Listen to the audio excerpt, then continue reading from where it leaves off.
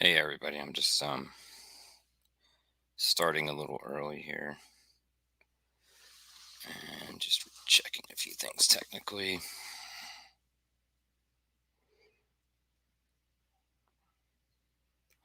Kind of making sure that audio is working, etc.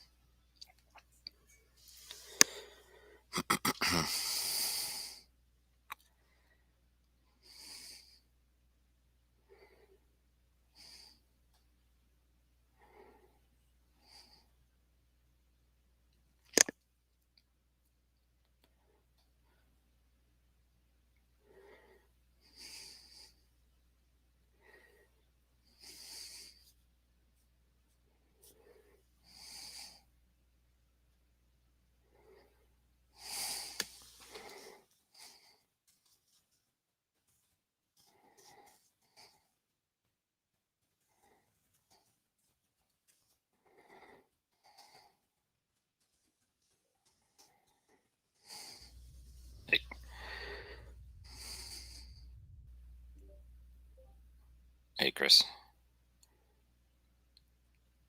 Hey, Dan, can you hear me?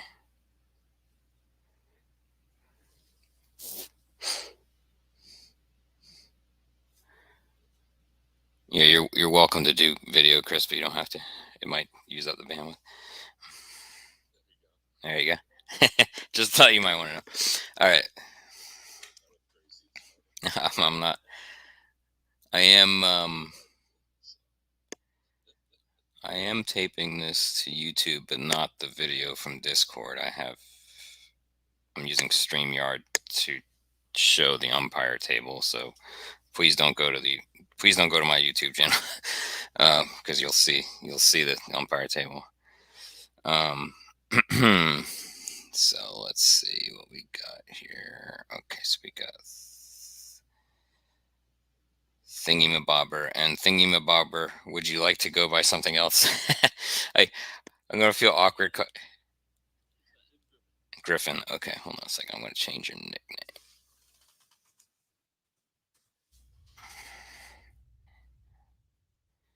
Okay, I've changed your nickname on the server, so I can at least. So. And Drep, you go by Dan, correct? Change your nickname here too. Just.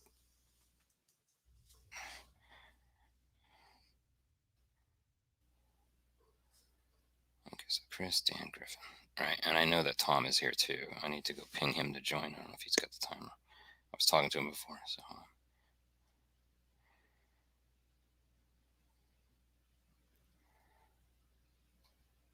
Okay, 1 second.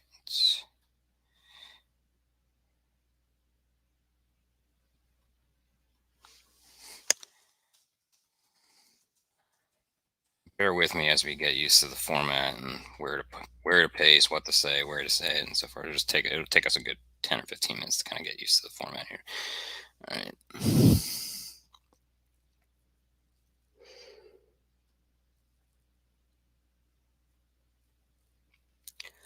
All right, so I'm going to go down each division and just make sure we got somebody from everything.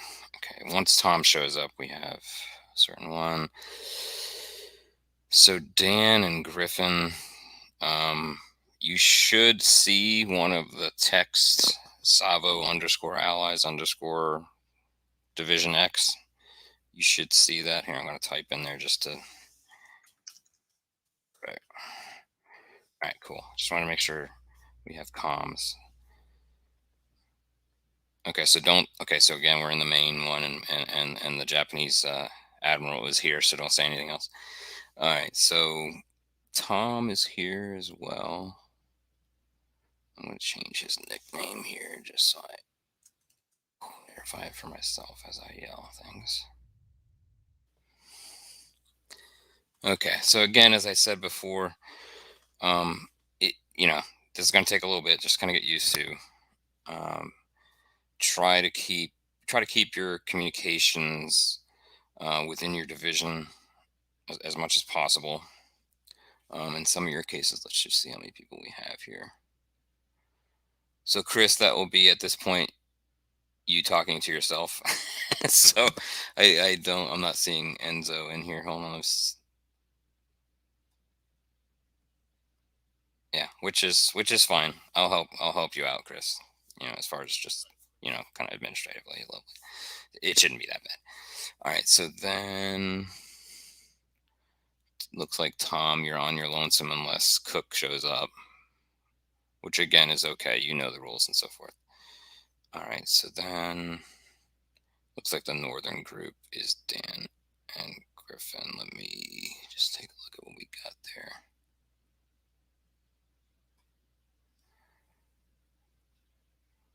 All right. So at this point, because there's not a slew of IJN, Chris, if you want to slide over to the Savo IJN just in case channel, and I'll talk to you there separately here in a moment. Okay, so just whenever you're ready, just slide over there, and then everybody else will slide over to the Savo allies here in a second. Okay.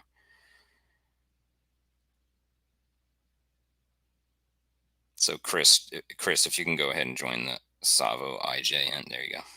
Okay, now everybody else join the Savo allies, and then if we ever get, I'll be basically hanging out in the main primarily, and I'll be popping into both as I need to.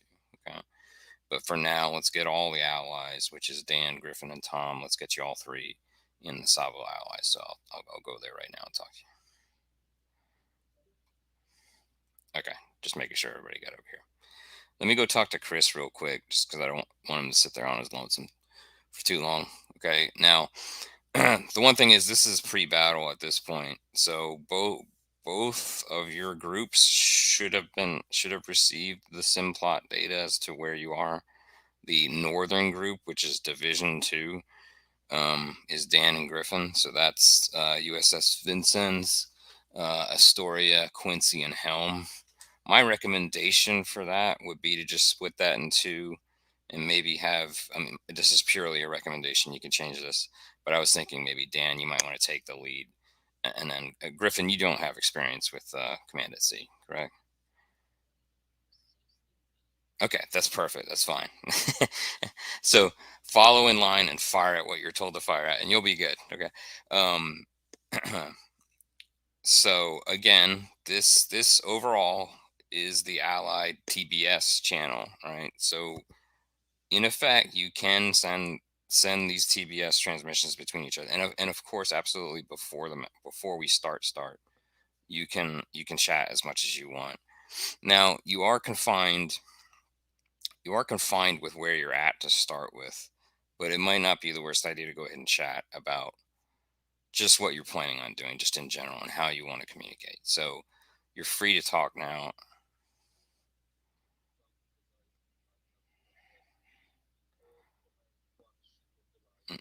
Well, you are that leader. You are that flagship. In your case, you're on your own. Some until and if Cook shows up, he can take on a couple other ships in your division. But you are basically the division commander, so you are commanding the division.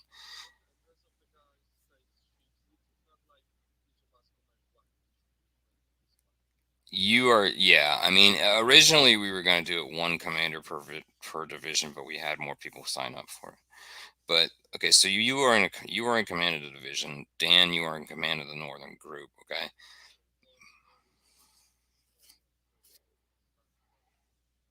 that's absolutely right, as it should be. Okay, so again, you can absolutely openly talk right now. You can talk about just generally how and when you're going to talk to each. Okay, so I'm gonna go away. I'm gonna go talk to Chris. Yeah, you can go ahead and do that. Y- You can't. Yeah, yeah, yeah. Just hold on a second. All right. So you need, okay, so that, thank you for asking that. You do need to follow the original plot. Okay. Now here's the thing. I'm going to give you a little bit of leeway on the pattern of the plot, but don't let that pattern go any more west or northwest than it already was, right? So like the northern group originally was a square of a certain size. The northern group can change that a little bit if you want, but don't make it go any, don't consider it going any further than where those ships are plotted right now. You know what I'm saying? So like if you look at that,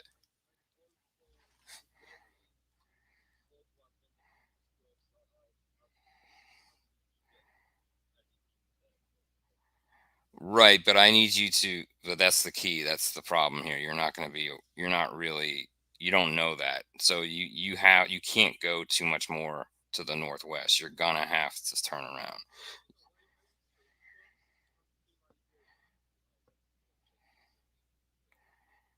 Okay. Right, but no. So hold on. So no, hold on. You need to follow a search pattern like within the confines of the original Savo map. So if you go back to the Battle of Savo Island channel and look at that confine of that pattern, that's how far northwest I would want you to go. So you can set up whatever pattern you want, but you're not going to be able to go closer to Savo than that pattern. Do you understand what I'm saying? And then the northern group, I don't want them to get closer to Savo or further northwest than they're already patterned. Does that make sense as well, Dan? Yeah, that's fine. But just this is the thing. You're unaware of anybody. you're unaware of anybody breaking through past Savo, right? The whole point of USS Blue and USS Ralph Tabo, they're supposed to be the yeah. Yes, exactly. Exactly. So don't just make a beeline for where you think they're coming in because yeah. Okay. All right. All right. So I will be right back. I'm gonna go talk to Chris a little bit so he doesn't get claustrophobia here. Hey, Chris, you there? Hey, sorry. I kind of wanted to come over so you don't get too claustrophobic. All right. So let me just verify who else you have with you. Okay. I just want to make sure he didn't show up. All right. Again, I'll give you a little bit of extra help here, just from a kind of like an AI sub commander perspective, right? Just so you don't have to roll for everything and so forth. All right, so just kind of let's go back over this. All right, if you look at that map I put in the Savo IJN division channel, it it depicts what you know so far, and the reason that you know that much is that you have had two float planes or more. There are float plane, excuse me, yeah, float planes in the air that have actually gone down, and at this point they're down near the transport group. And now what they've done is that those X marks the potential destroyer, the potential southern group and northern groups. That's the general area of where they have spotted units. Now they have not dropped flares on those groups. Okay, their original intention was to go to the transport groups, which are just north of Guadal. And, well, you'll see here in a minute, because what they're supposed to be doing is signifying the start of the battle by dropping flares behind the transport silhouette. They're going to silhouette the transport group. Okay. So this is two things. I think historically they did this for two reasons. They, of course, wanted to kind of mark in the far horizon, and let's go look at the distance here, because really it might even be over the horizon. Let's check from Chokai to the transport area. Give me 1 second. Sorry, should have had this pre-plotted. It's actually 34 nautical miles, so that's actually beyond the horizon. Um, Interesting. I don't know why they did that then, because well, what they did is they signified it's basically a diversionary tactic. I think originally they basically were dropping flares and trying to continue to drop flares. They don't know necessarily how close the IJN column is at that point. They've just flown off towards where they were told to fly off to, right? So there will be a chance throughout the first turns and so forth for additional two float planes to start dropping flares on the two enemy groups. Okay, I'm gonna be taking care. I'm gonna be taking care of that on my side. You're out of control of that. You don't have. You're not going to be in radio comms with those planes right away. Okay, so at this point, that's what you are aware of. You are also, of course, just generally aware of the fact that land clutter might help you, right? Generally. So just whatever, you know how to go from there. The you do not know what direction or course or speed any of these general indicators are. So you got to kind of go with that. Okay. In other words, you know generally where those are. Again, you were kind of told the composition of about 4 to 6 ships each, some medium, some small. So you kind of have a reasonable idea that those are both, task groups, if you will. And you have a reasonable idea that what you saw where it says detected destroyer is likely a picket. So just keep that in mind. Probably the best thing to do to start with is just come up with like a standing order and go ahead and put it into this Savo IJN division channel. I would probably just put. We'll keep using a standing order. Just put the order what you're going to use for the next 3 minutes, but beyond, right? So just kind of keep in mind what you're going to do. I would probably plot it as a 30-minute tactical turn in command at sea terms. But if something happens, if you detect something new or anything of that nature, then we'll let you adjust it, of course, right? So hopefully you won't get too claustrophobic in this room, but then again, that's somewhat of the intention here too. All right, so I will. So go ahead and just kind of until somebody starts shooting something at you. All right, so yeah, so just compose what your plan is for the next 30 minutes, basically. Kind of your formation, your course, your speed of the division. You're commanding at a division level. You're using um, wireless in effect to establish this. In effect, you would probably already have established this like 30 or 50 nautical miles back, right? You would have already determined that, hey, we're going to do this, we're going to do this, you're going to follow me closely, you're not going to do anything. Well, whatever, I'll let you make that decision. If you want to split things, you can.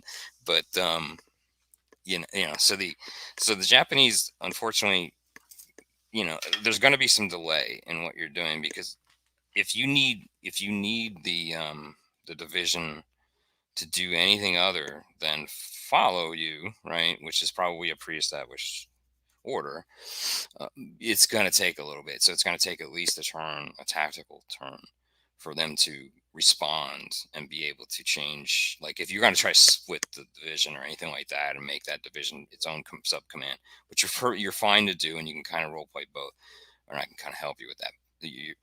But um, there is a delay, because you have to use wireless, or you could use smaller searchlights to signal. But there's a chance that's going to, that will affect. Yes, exactly. So although we're using command at sea, try to approach this as a role play effort, right? I mean, so you should be able to try anything. And don't let the rules confine you, right? So you do have those float planes up. There are float planes. You don't know the exact number. You don't know necessarily exactly where they are. There are a certain number of them near the transport group. There are two other ones that you're aware of, searching for those two surface groups. Okay. So you could radio them if you really wanted to, but um, they're probably you're probably radio silence orders at this point. All right. Well, exactly. You're not going to know where they are. You're not going to really know your relative bearing to them or distance necessarily. So it's nighttime. The visibility, at least according to the cast scenario, is 10%. So you're looking at. I'm sorry. Um,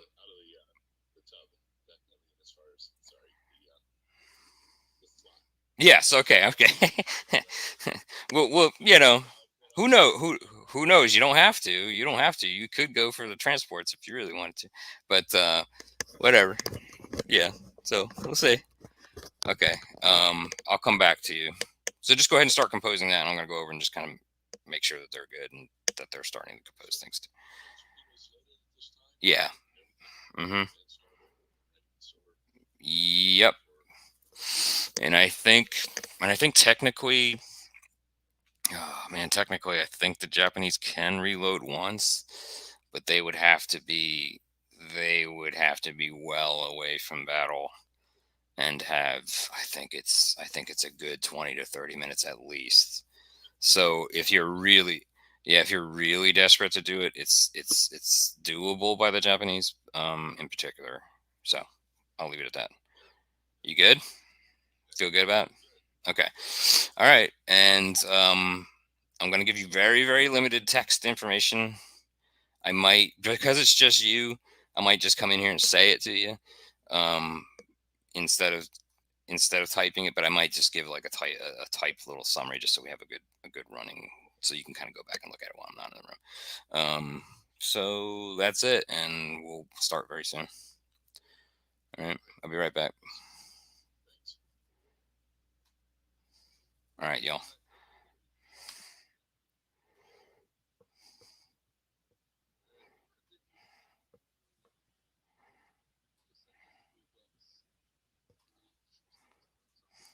No, no, I didn't. No, you know your ships, or you don't. Just don't worry. Just don't worry about the statistics. Yeah. If you need something, yes, you do. Yes, you do. And there's okay, so the general use one is the SC first gen. So most of the destroyers have SC first gen. Chicago, I can look up anything you want directly. I don't mind looking things up, but I just don't want us to be too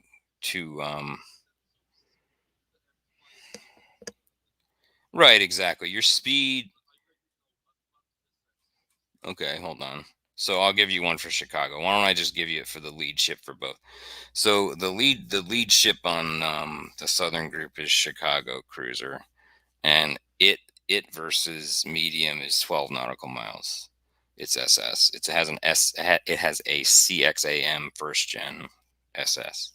Okay, it's 7 for small.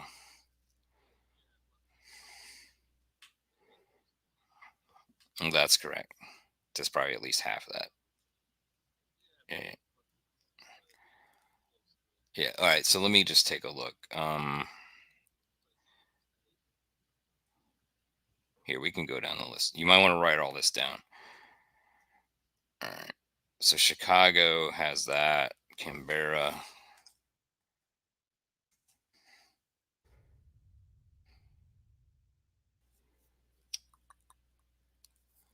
Let's see. Very similar. It's got 10 nautical miles versus medium, and 6 nautical miles versus small, and it's first gen. It's a Type 283. Canberra is a Royal Australian Navy Kent class. It's got a Type 284 SS. Okay. In your case, you could. I think you have Rising Sun's Form 10 document, right? You can try to use that for yourself. As a matter of fact, you're welcome to relay if anybody else needs any information. You're welcome to relay that to them. That's fine. You can kind of do that over the TBS. That's fine. What? The Rising Sun edition? I think it's that edition.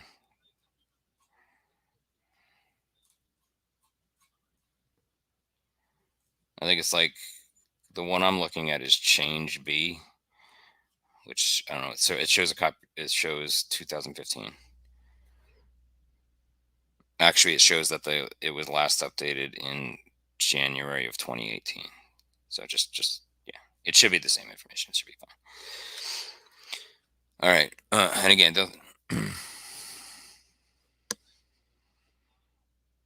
no, no, no. Just if they need to know anything about here, let's just go look up. Let's just go look up the Vincennes real quick. Do you? Okay. Yeah. Yeah, and well, historically they didn't use it very well, right? Let's see who else we got over there. We got Vincent. We got Astoria and Quincy and Helm. Let's just go look at those real quick while we're sitting here, just in case there's any surprises on that. Astoria has no sensors. The New Orleans class had no sensors. Yeah, at least according to this, it didn't. Quincy. Right, you're right. Well, the Astoria doesn't have it. Let's look at Quincy, which is probably the ship that. Yeah, Quincy has it.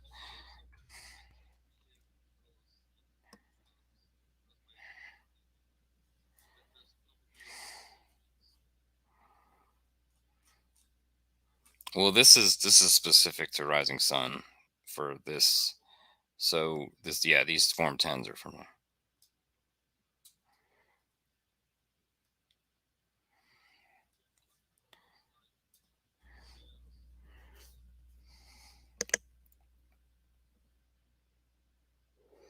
All right, so Griffin's cruiser, the Quincy, is a New Orleans class, and a CXBD SC SS radar. So he's got Against medium, he's got 7 nautical miles, and against small, he's got 4 nautical miles. It's actually not as good.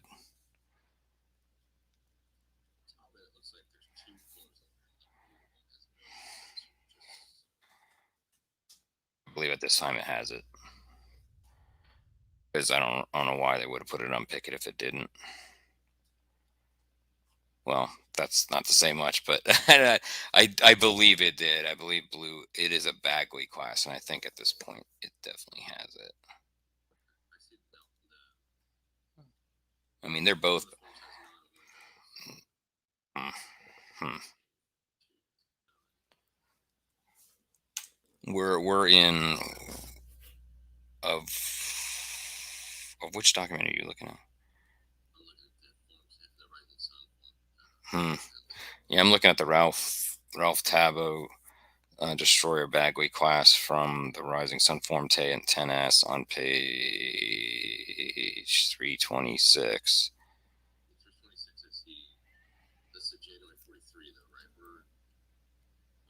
We're not. Yeah, but I mean, I think they had it. I think they both had it. I think blue. Let's go look at blue.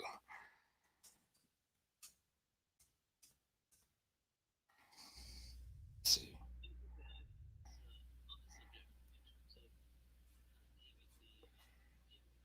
All right.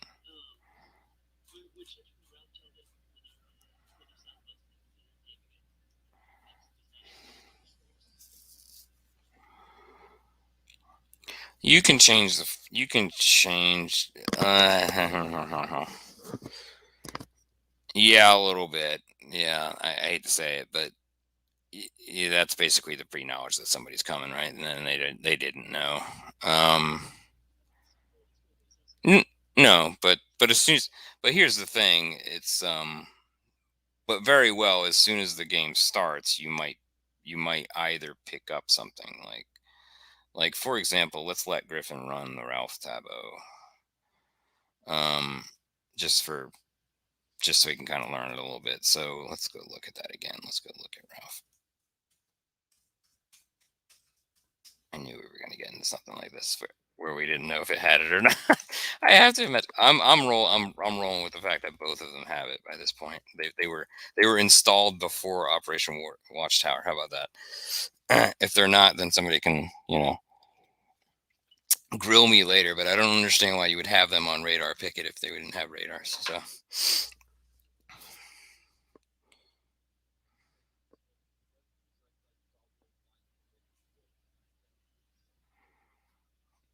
okay, hold on.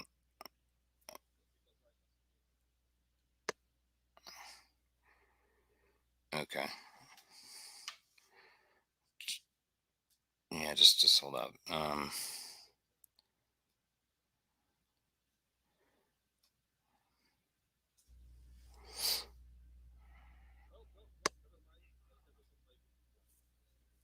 Okay,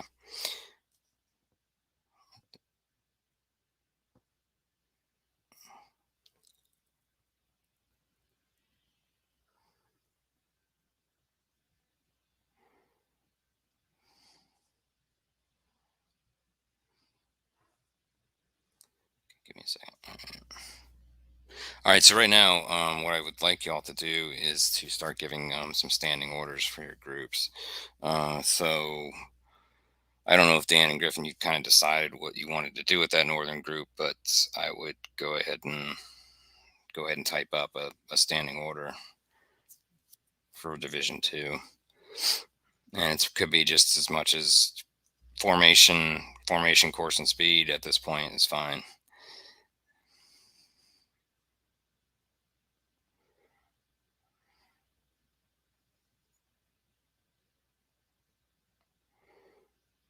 And Tom as well, you're going to want to post that into your Division One channel as well. Your course formation and speed, any standing order.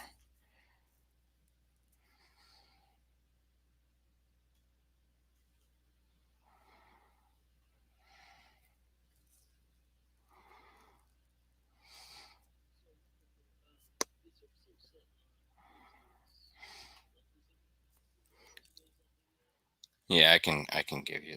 I can give you that. Hold on a second.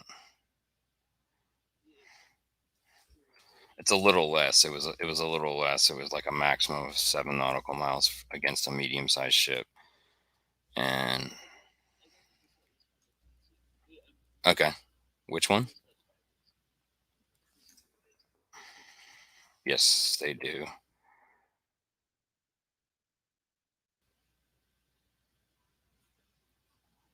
What was the ship in particular? Let's see. Some of them don't. Helm.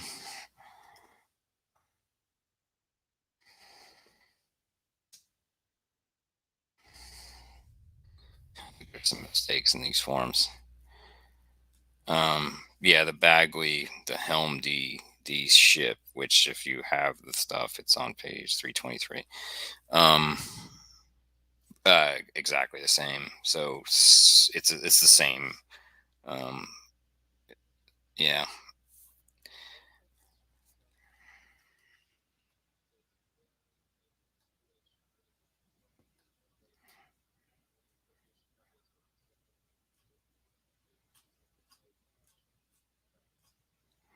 I don't think much by the start of this battle.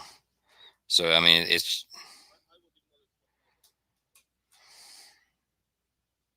grinding.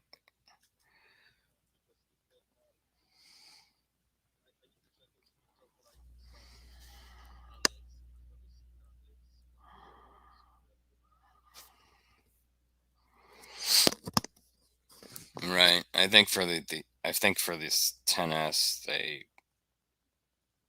tried to do it a little bit simpler.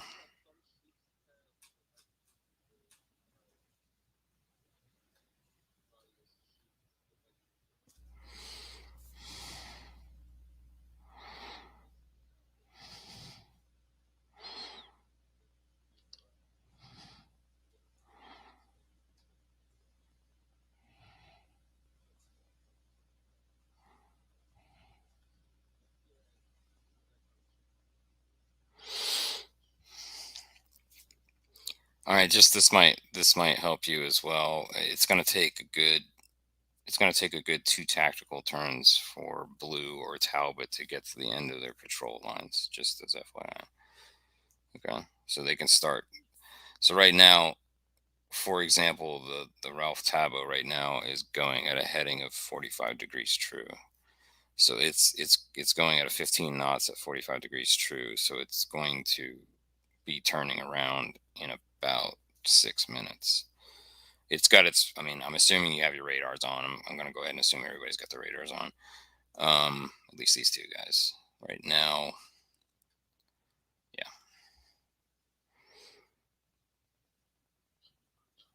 So I can go ahead and say just to Ralph Tabo that you do not have anything detected right now.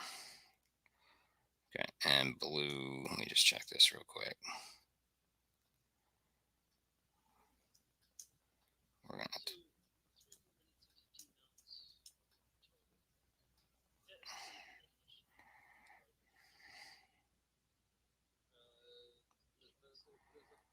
It look like about just yeah. I'm just looking at the. Let's try to. I'm gonna try to tell you what those are.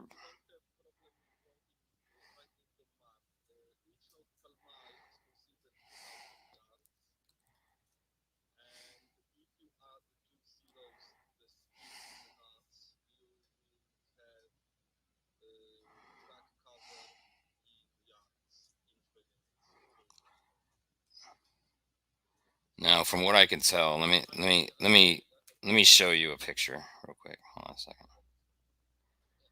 Just this will help. Okay, so in the division.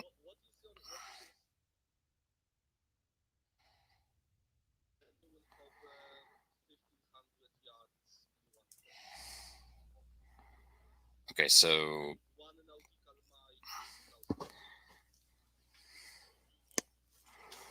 that's 6,000 kilo yards or 6 kilo yards. So, um, again, I wouldn't worry about it too much. You're gonna go. Yeah. Do you see that little leader on there? Just I don't know if that helps you at all, but that leader is going to show that leader, that little white thing, that white marker to the northeast of Talbot in that picture. That shows you how far you're going to go in about a tactical. So it's going to be, I don't know.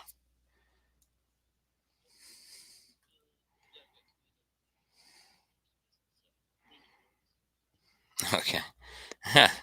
Very good. All right, does that map help you? That kind of shows you where you're going to be kind of coming around to. Okay. All right. So then I need to do one little judgy thing over here. Hold on.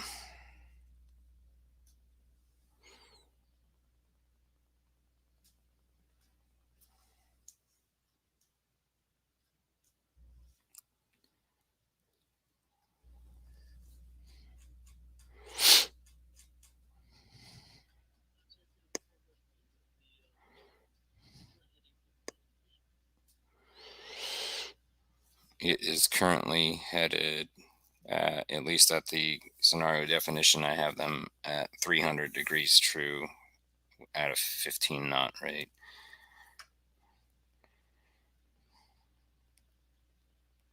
Again, you can immediately, agree to change that. Damn. Okay. Yeah, that track is probably similar. It's similar. I think you're going to change course in about 2 tactical to a 45 degree, looks like, roughly. At least as originally planned. You can, of course, kind of change that if you hear anything else. Okay. Yeah, that looks good.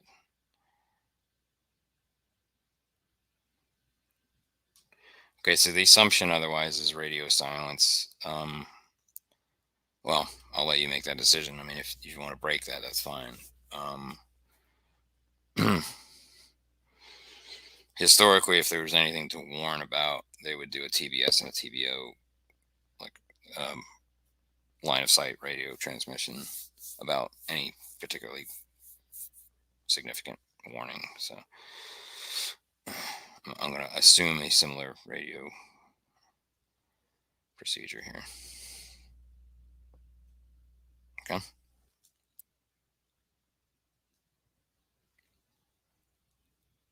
All right. So just think about that just a little bit.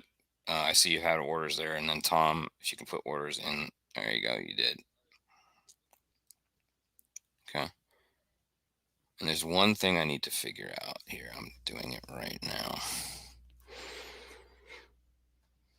And I might as well just stay here and tell you when I get the results. Just take me 1 second.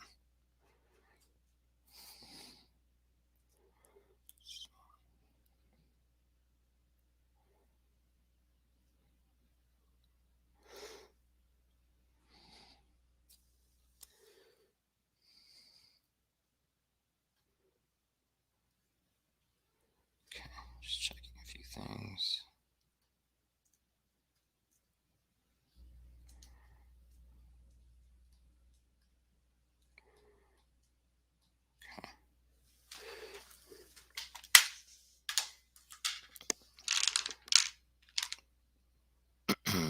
Finding percentile dice.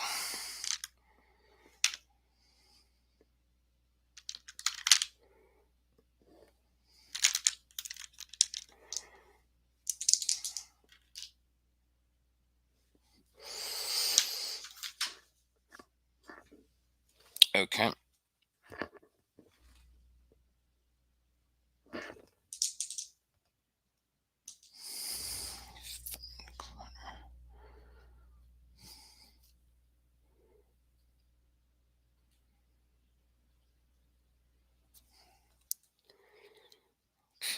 So there's that.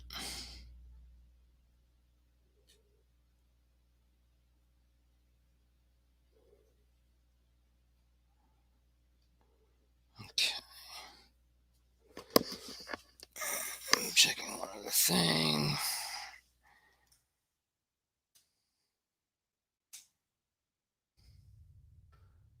Okay, so one other calculation.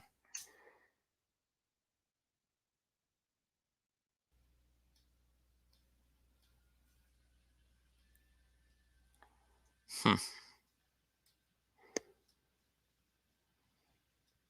Okay, I'm ready on my end.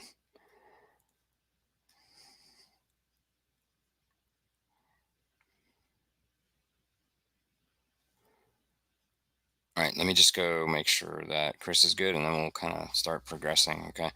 Um, Perfect. Thank you for the standing orders, Tom. So then for Dan and Griffin, if you don't mind also kind of providing me a standing order, what you would do for the next 30 minutes, like as a tactical turn. Just give me a general guideline.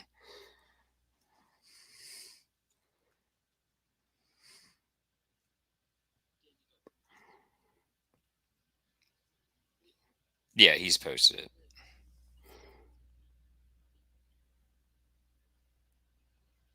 That's fine, unless Dan disagrees. I kind of just wanted to give you a little bit of extra, just experience with that Ralph Telbo would be interesting, I think. Kind of gives you something to independently do up there. Jarvis is under my control. That is a destroyer that had some damage and is moving on its own accord. Okay, that's the one that's kind of like in the middle there.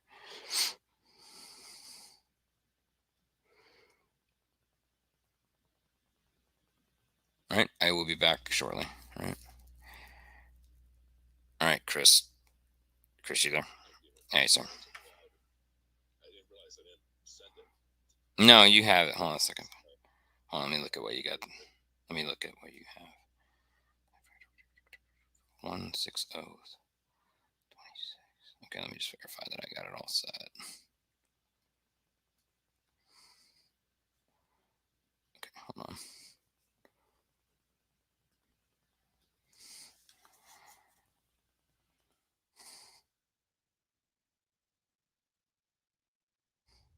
Okay, that's interesting. Okay, I'm gonna plot it with the lead ship, and then we'll relocate ship, so I don't have to sit here and plot with every single ship. All right, so and you're staying in formation, mainline formation. You are one division, by the way, so it's fine. What you're doing is you're just transmitting to the division, unless you split.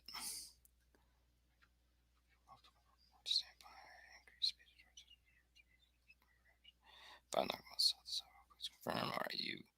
All right, you've not received the confirmation yet, but you'll get that. All right, so I think are ready to progress. Okay.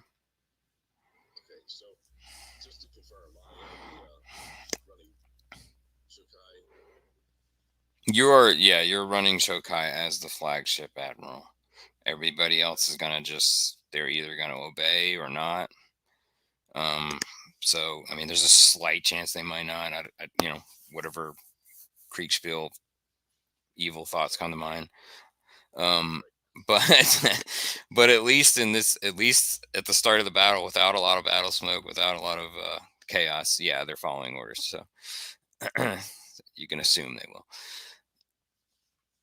Yeah, so you're just going to be plotting by Chokai, and you're going to have some sort of presumed or assumed follow me or else order for now. Okay.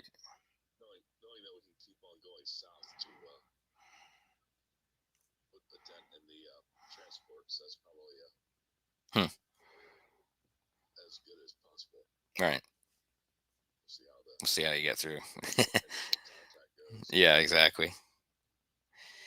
All right, so I think I have everything you need. If you want to add the one thing that might help me is if you can kind of add I mean, I see you kind of gave me the standing order in your message there, but if you want to define anything else as far as a standing order for 30 minutes length, maybe just go ahead and compose it there. But if anything detection wise changes, I'll let you change the standing order. So, all right.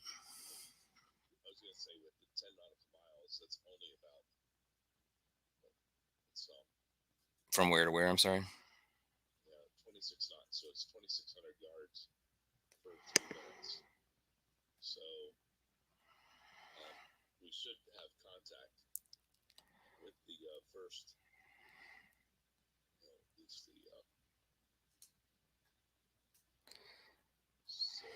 You're about, let me give you something because you would know this. You're about you're about 4.5 nautical miles from that original, depicted. There might be a destroyer here marker, the red X. If that gives you any help at all, and then you're roughly that same distance to Savo Island. All right, does that help you at all from a perception?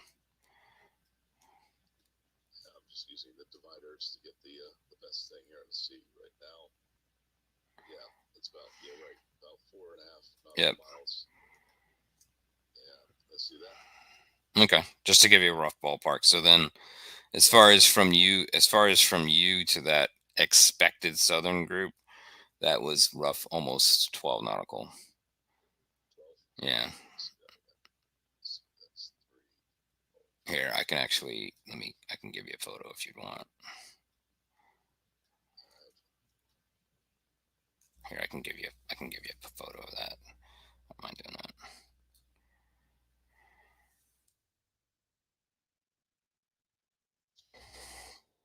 See that right there?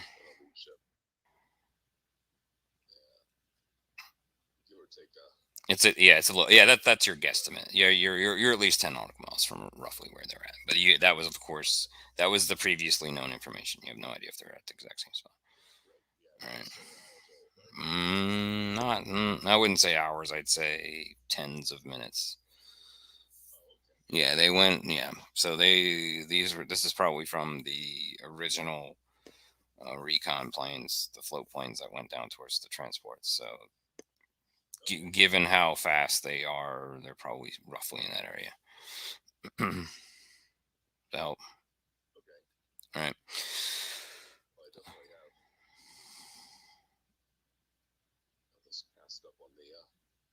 All right. So let me just hop back over there, make sure they don't have any other questions, and then I'll start progressing until we have a detection. Okay.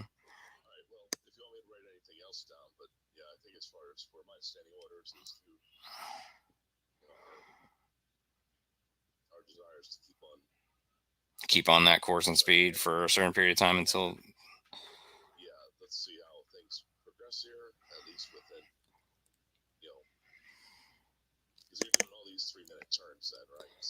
Well, they're being executed as such. Yeah, I'm moving forward as such, and then I'm rechecking detections, etc. So, yeah. But just in case there are no detections, then I just kind of want at least a few turns worth of just in case, I guess would be the way to put it. Right? Give me about 9 minutes at least of just in case. Yeah. Right. Yeah. Exactly. Mm-hmm.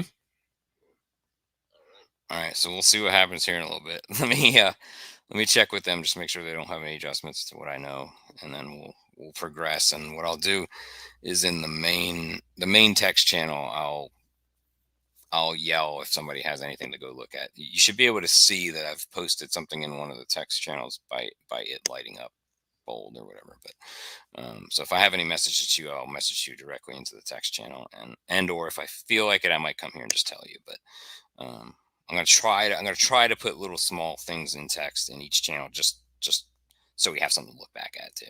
Just, if we need to adjust anything. Okay.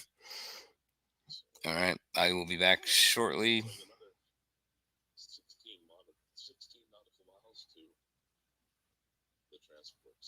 I can tell you that. Hold on. It's a good bit down there. Hold on a second. It's a good bit down there. It's 30 plus nautical miles to that area.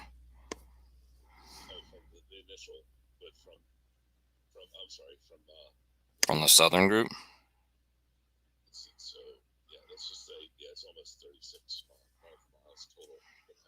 Correct. Correct. Which, depending on what you run into and how things go, at that point you can make your decision. Yeah. All right. All right, so I'll be back. We'll be talking. Just put some music on, open a book if necessary, because that's the only thing about this format. It's gonna take a little bit to kind of get the tempo and the flow. All right, I'll be back. All right, cool. Hmm. All right, I'm back.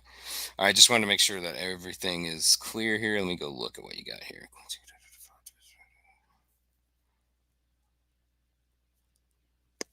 Okay, standing orders. All right, tell proceed until course reversal at end of search track. Okay. Okay. All right. I'm going to start progressing in tactical turns until there's a change in detection, and then I will hop back in here once that's done. Okay. I'm going to hang out for now in the main channel on my own. Okay. Nobody's really monitoring it or anything like that, but I'll hop back into either room as I need to. Okay. So just stay here, and I'll let you know what's going on. Okay. And we'll move from there. Okay.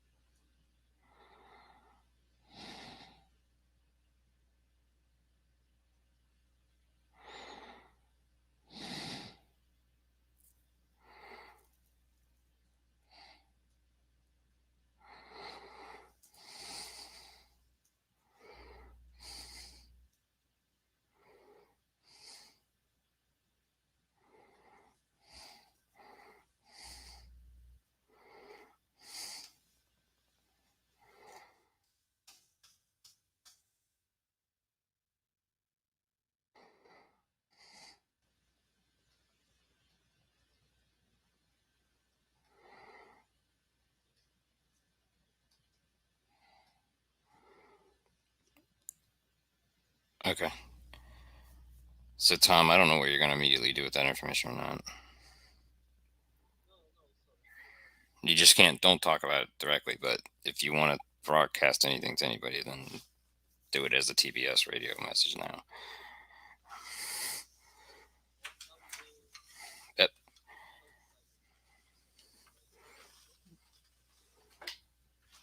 Your radar picked it up.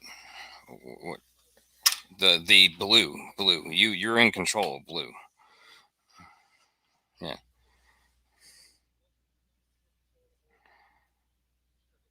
No. Yeah.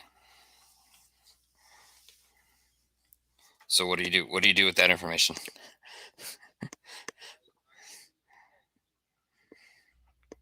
Okay. Okay. Get. So get your greatest Robert De Niro act up. You got to send your message. I don't know. Pick an actor. Just you got to tell them what you're hearing or seeing. You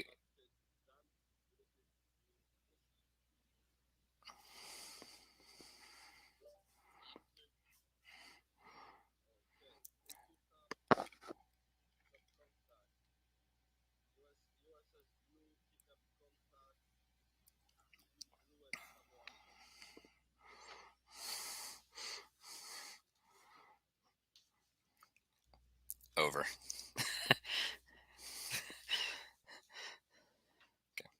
All right, that's about all you would probably say. So I mean, that's all you know. Okay. So if that changes anything, that's up to each division. I am. Yeah, they're not picking up anything. They haven't radioed or anything.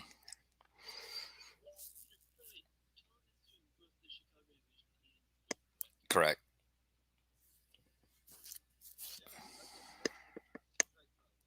I posted it in your room.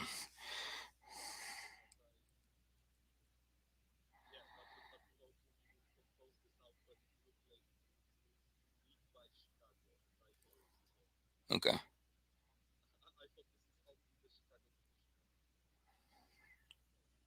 It's okay. All right. So just based on that detection, if you want to change your standing orders, I would go ahead and do it.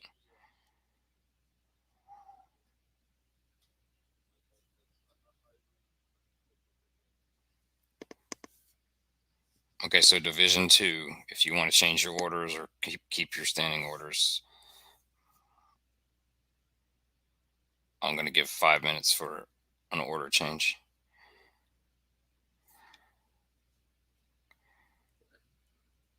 All right, I'm going to set that timer now. Excuse the chaos here, but that's what I'm trying to simulate a little bit.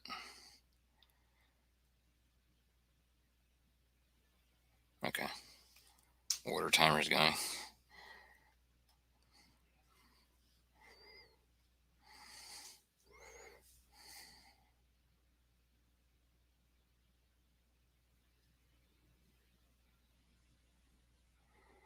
The only other question I have, Tom, is who did you address it to? I'm assuming to all.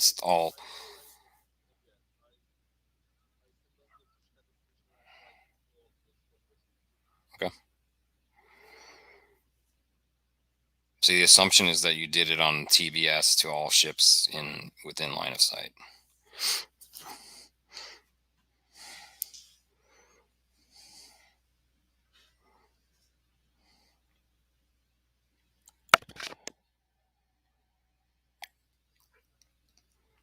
For radio transmission, it would be roughly radio line of sight, radar line of sight.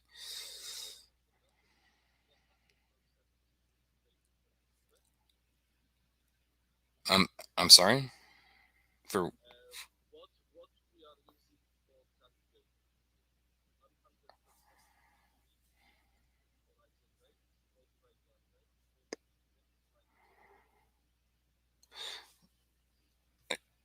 Well, between ships, there's there's two different things. If you're trying to calculate it for the radar's sake, then you're using the radar.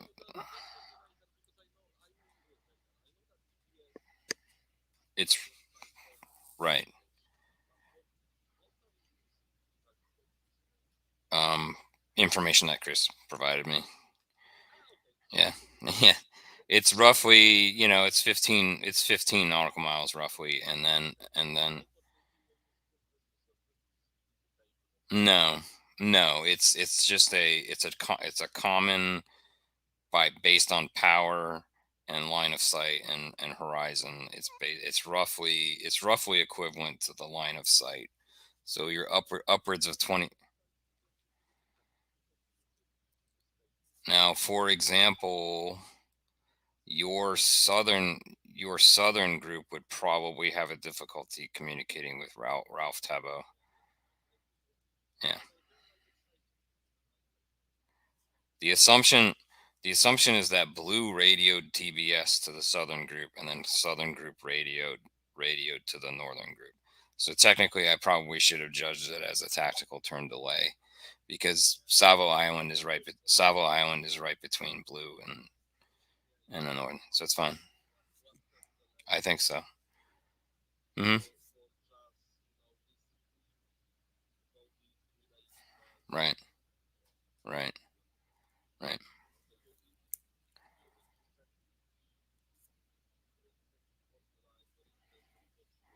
It's just it's in the I put it in the um, triple blind documentation. Yeah. If you look at the bottom of it, I put in what he wrote. If you look at the third,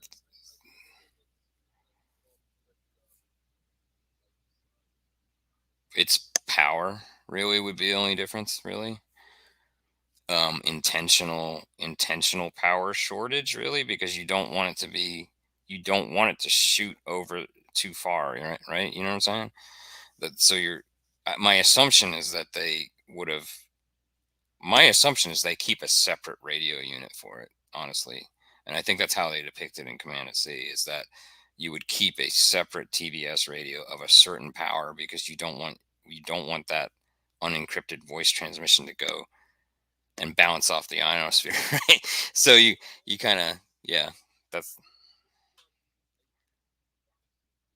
no, you're not. It's not power. Yeah, with that wavelength and that power, you're not able to.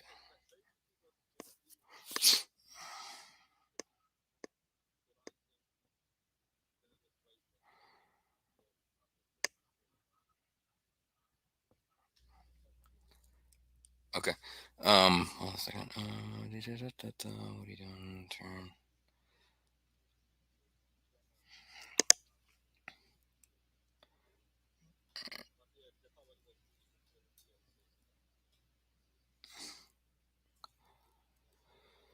Okay, so I'm going back through your new orders, and I'm changing things for tactical 2, 90, 20. So blue is changing. They don't know this.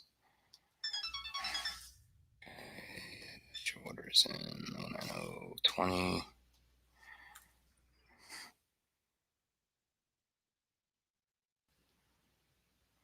Okay, let's take a look at, did you change Tabo?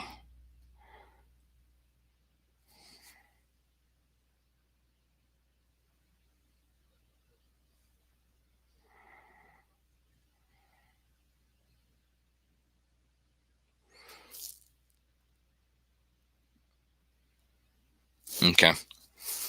I'm gonna judge a tactical delay of one tactical turn for that, Griffin. If you don't, I think I need to do that. Just based on the fact that it has to go from Blue to Chicago to Vincent Quincy's to, basically because of Savo Island, that this message needs to be relayed at least once. So I think just we'll meet halfway. I'll delay it one tactical. All right. Let's see what else you got.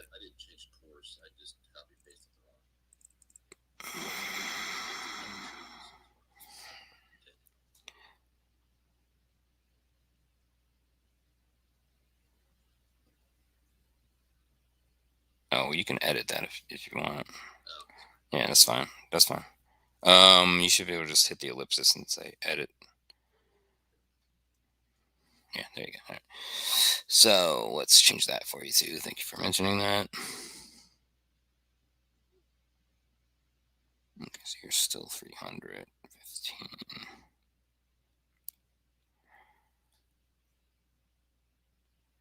Okay. Okay. So I think we can progress. I'm gonna go just tell Chris he hasn't noticed any, whatever he's noticing. Okay. I'll be right back. All right, just a quick update that you have not picked up anything else. It's about 3 minutes later. Okay.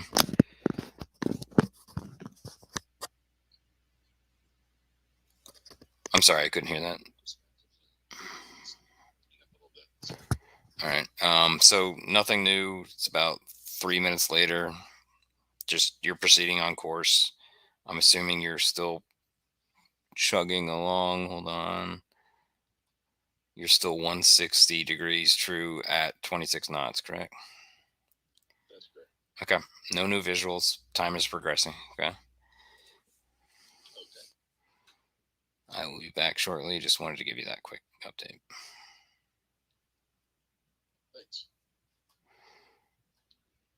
Okay. I'm going to go ahead and start progressing time. Okay.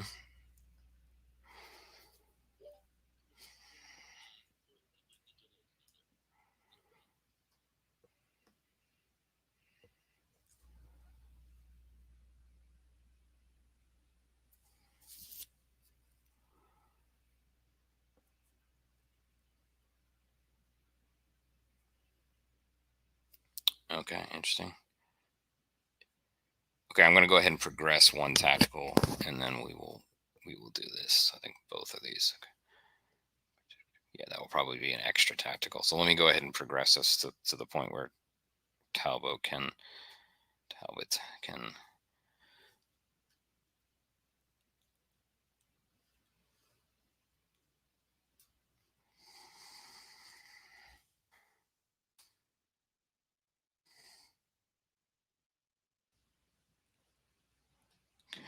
progress. Mm,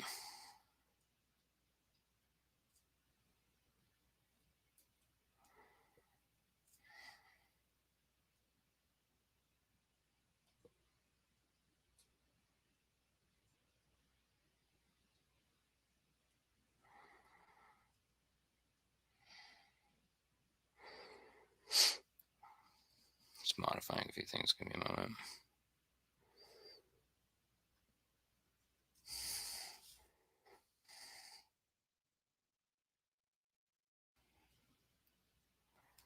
There will be new information after this tactical. Okay, just give me a moment.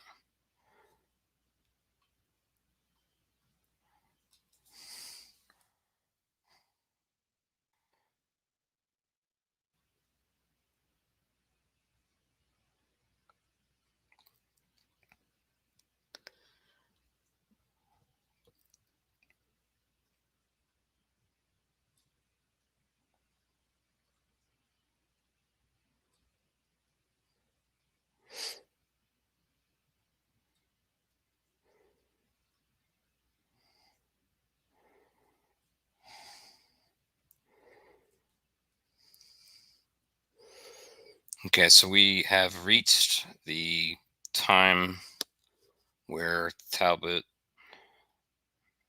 I'm going to call it just Ralph T to make sure I'm not mispronouncing it. All right, so Ralph T is about to turn around. And I'm going to go ahead and plot that. Reversing to 215 true to 25 knots. Let's go ahead and mark that.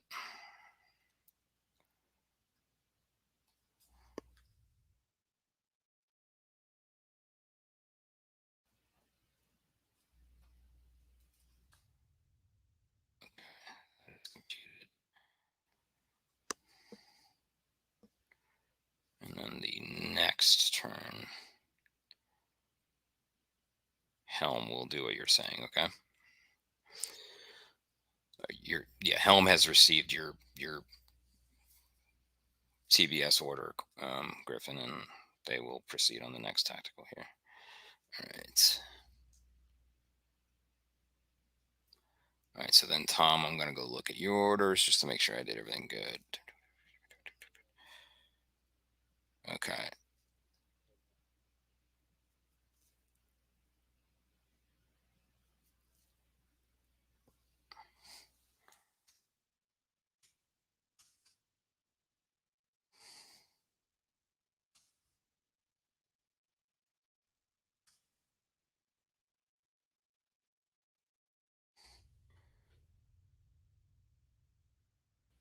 No, you're fine. Yeah, as long as I understand what you post, I'm good. And I do. So, all right, so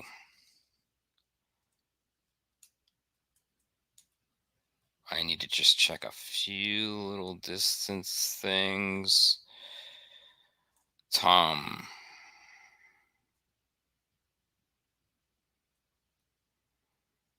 to your port side at approximately 45 degrees, ranging to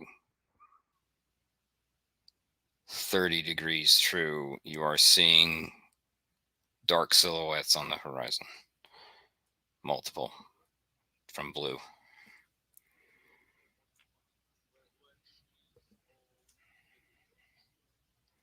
Correct.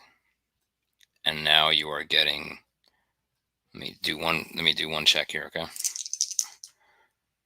Okay. Your radar contact.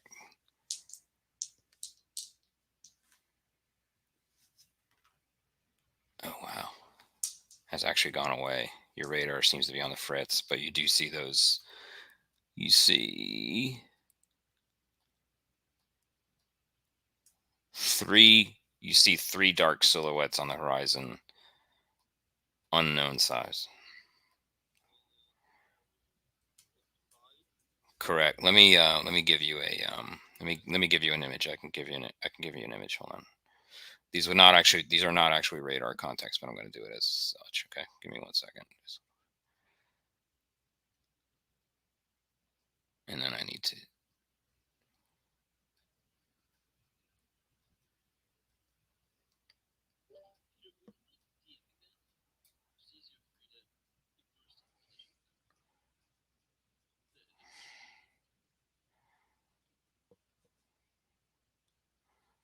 Yeah. Hold on 1 second. Tom, come to the Savo main real quick. Okay. Hey. All right. So you're at again. You're seeing three silhouettes on the horizon at between between 35 degrees and 45 degrees true. Do you understand what I'm saying? So there's kind of like a there's and they you don't. Okay. Yeah. Just hold on 1 second.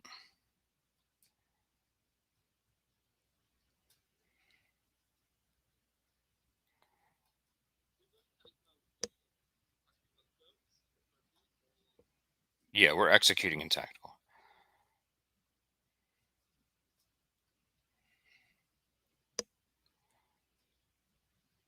Give me 1 sec. And again, that's all you know. I'm not. I don't want to give you an image of that. I'm just going to tell you that. So, again, between you don't know the distance either, but you do.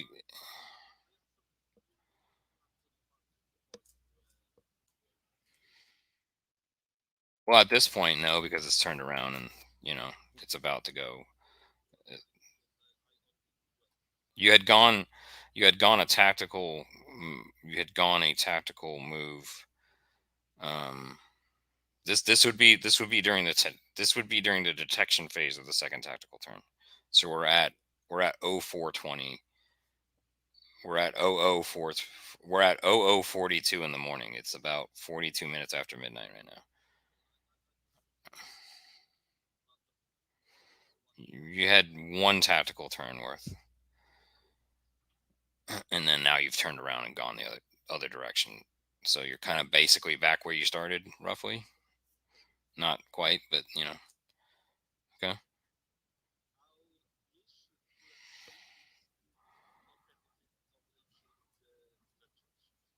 Overall, yeah. And for these in particular, these pickets is of course to you need to relay that information over to your own division, which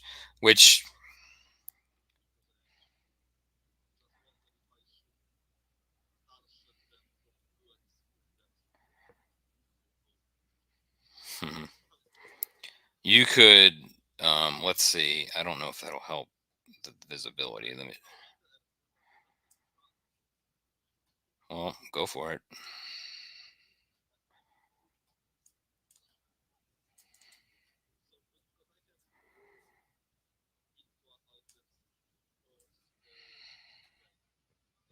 Mm-mm. You just have a general. Your spotters have seen three darker. They see three smudgy silhouettes on the horizon. That's it. Correct. Um, just based on your knowledge of how far you can see with night optics, yeah.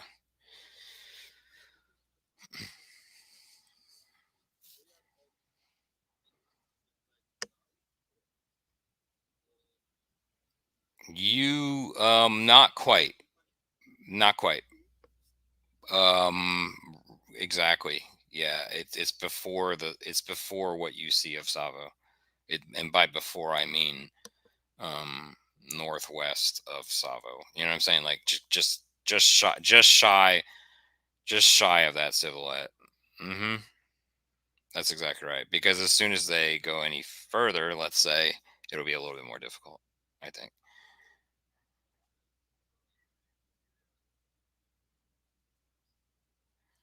So you have a pretty good idea where they're at, roughly. Yeah. And you're going to need to communicate that directly to them via radio, not just, we're not going to use it. Correct.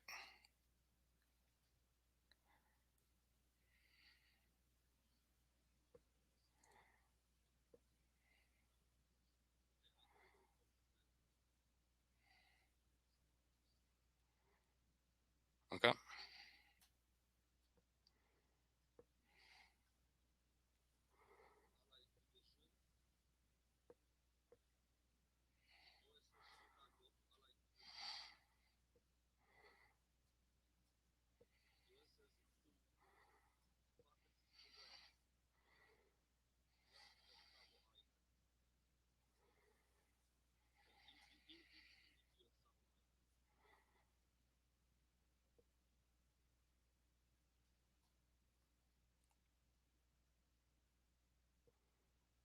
Over.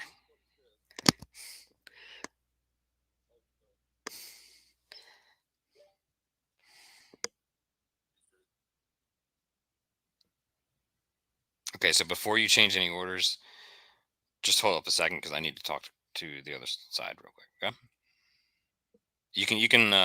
You can send radio transmissions back to each other at this point, but make them kind of short and sweet if you want to tell them you're doing anything or reacting in any way. If you need the southern, for example, I'll give you just an example, just to kind of help. So if the northern group needs to tell the southern group that they're about to do something, they they might want to do that so that no, I'm saying that your perception of where the northern group is based on the original patrol pattern, right? So just a suggestion is that if there are any significant changes, then the northern group might need to tell the southern group that they're about to be somewhere, because otherwise they're going to look like black silhouettes on the horizon and somebody might fire on you. So I'll give that fair warning. Okay, so I'm going to. Mm, okay, you can. Yeah, what according to your theater of the mind, correct? Yes. All right, I will be back shortly.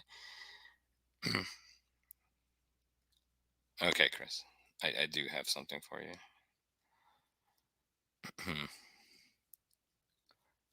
Let me flip my view here.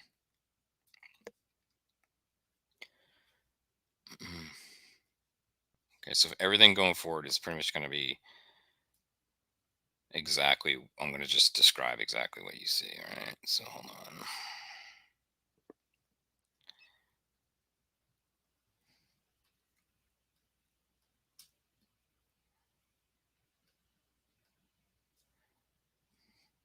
checking a couple things.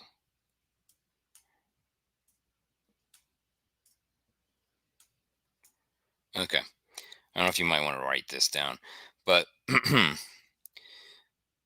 lookouts on Chokai, Furataka, Kako, and Aoba are intermittently seeing one dark silhouette. I'm going to give you a true bearing from Chokai. Okay. So from Chokai, there is a dark silhouette oh man, I wish I had this ready. Give me 1 second.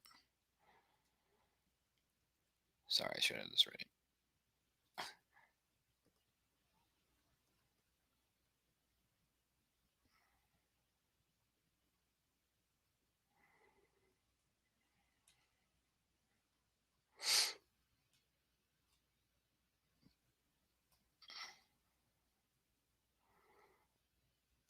Actually, I'm going to post this image to the main room in case this helps anyone.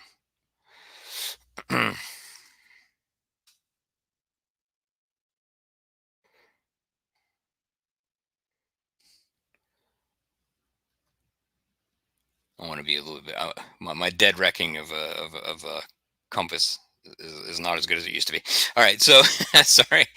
All right, so again, on the horizon at approximately 2:17 true from Chokai, you see a single dark silhouette on the horizon. It's a blurry. You can't tell the size. Based on where it's at, based on your previous knowledge from this float planes, you feel like it's probably a destroyer picket. All right. So that's it. If you want to change anything about your orders at this point, go ahead and put it into your division channel. Then just yeah. And okay, just for clarity's sake, game time is 00:42, so it's 42 minutes after midnight on August 9th. I'm going to go ahead and put that in the main channel. Let me go ahead and put that in the main channel.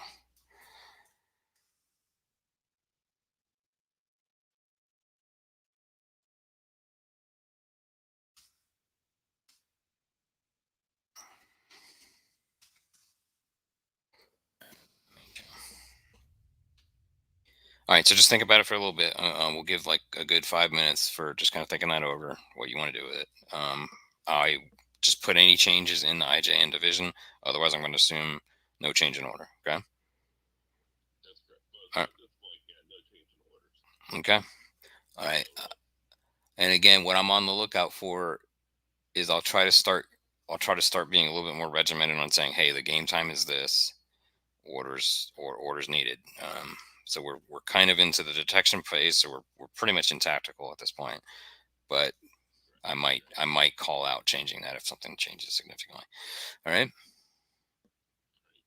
All right. All right. So just think on it, and I will be back in case I don't see anything. All right.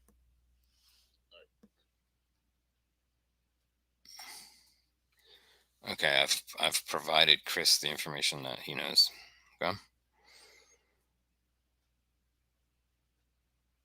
And let me take a look if y'all have changed anything. You're sticking with 090 max speed. Let's go look at max for blue. I think it's like 33.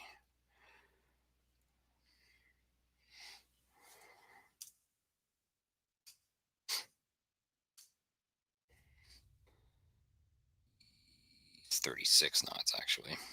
So I'm changing your speed now for blue. They don't know this, but I'm only one person here, everybody. Sorry. Okay. As a matter of fact, Tom, hop back over to main. Anytime you're not talking to that division, let's talk and go ahead and use main as your division channel. Okay. So let's go over there real quick. All right. right, sorry. Now we can talk a little bit more openly. All right, so I changed that. You're still at 090. I just want to confirm. And then just confirm your intentions. We're at 0042, 42 minutes after midnight. The Chicago group, the Southern group, is intending to max speed current. Okay. So let's go look at that. We want to probably keep it at the.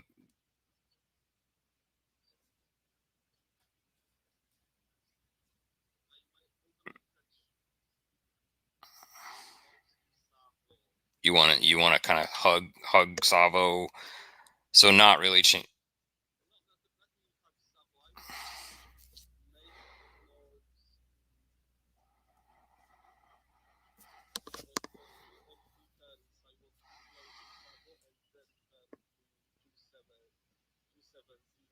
Okay. Okay.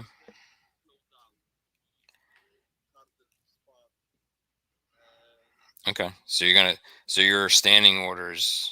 So let's go ahead and call that out. Do you mind calling that out? So just say your standing orders, something to the effect of standing orders for Chicago be to maintain for 3 more. I'm gonna type it out for you, just something like that. So all right, so we're on the same page there. All right. Let's just make sure I have this set to where you had it.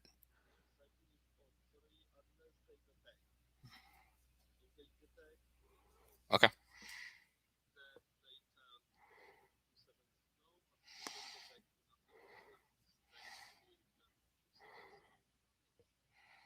Okay. hmm All right. All right. Good to know. I think that's all I need to know.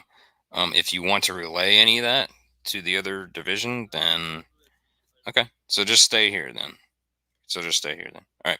I'll be back eventually. All right. So let's look. Let's talk Northern Division here. All right. Looking at what Ralph Tabo is doing.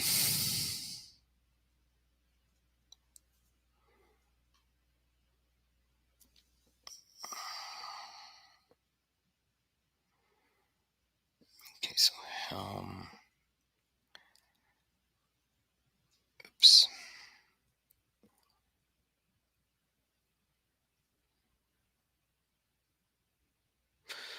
I mean, the way I look at it, and this would be known by Helm. I mean, the Helm can pretty much. Well, hold on a second. Let me look at your speed. You're going full speed. Is the Helm going full speed to do that order? That's just a question directly for Griffin. Okay, so you're basically still in formation at this point with the Southern group. At what point? Well, I mean, you're going in the same direction as they are, and you're going the same speed. So you can't just speed around them unless you go a different course. You know what I'm saying? Like right now, you're in a line ahead. Everybody's going 300 degrees true at 15 knots. I mean, you could change.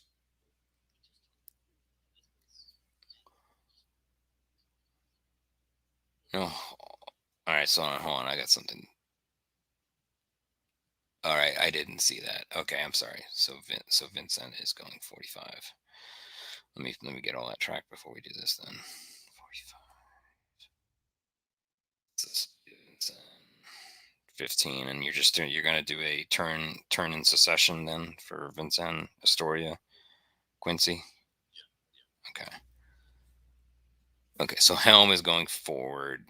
So as soon as Helm reaches the turn in succession point, he's gonna continue at basically 300 degrees to try to go meet up with Ralph Talbot. Correct?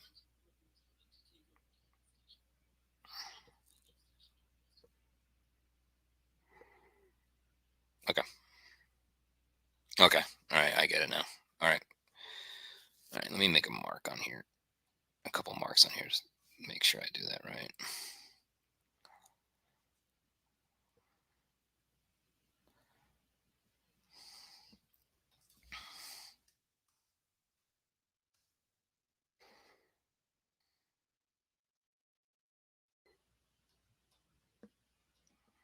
Okay, what I've done for myself, and I don't mind describing this. I've put a point at where you're going to take over the station. Ralph Tabo is going on its own, and you're taking over that, and then the other. Vincent, Astoria, and Quincy are still establishing or still maintaining their patrol pattern. Just the assumption is that just in case anything tries to slip by over here. All right. I think I have everything, and we will continue onwards. Okay.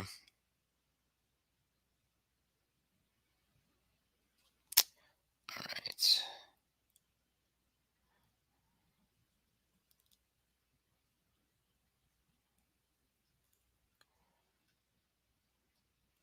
And I'm just gonna hop. Just gonna hop over here now while I do the turn.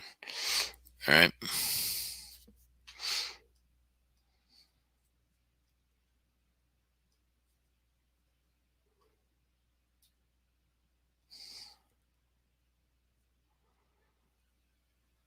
Hey Tom, one question.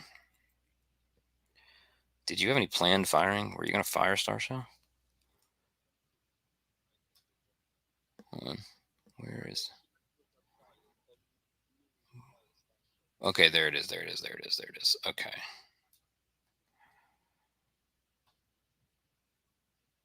Okay. All right.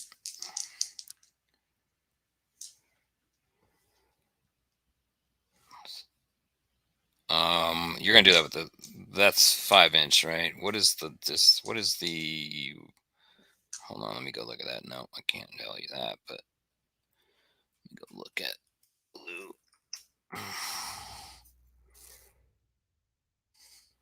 Okay, so it's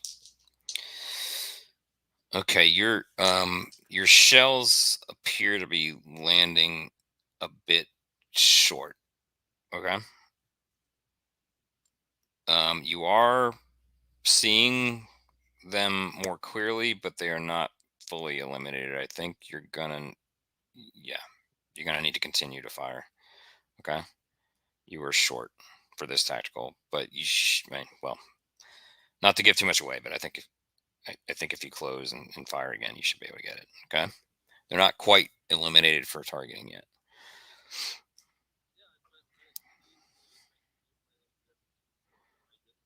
Okay, and let me advise them that. Hold on, be right back, Chris. Right before the execution of the third tactical turn, you're seeing star shell fire in your general direction at the lead of your division from the direction of the detected destroyer. Okay. W- There are star shells coming up and over, and they're falling well short.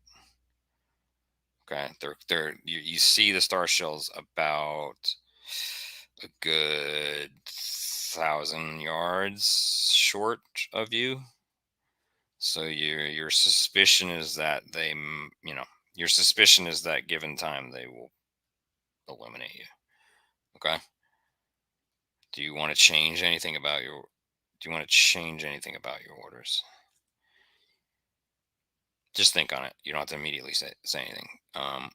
I'll give you just a few minutes just to kind of think about that. You need time or?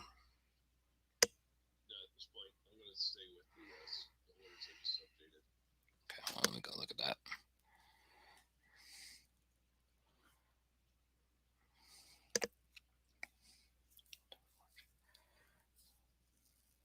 Okay, 160. Let me change that. No, that is what it is. All right. So then.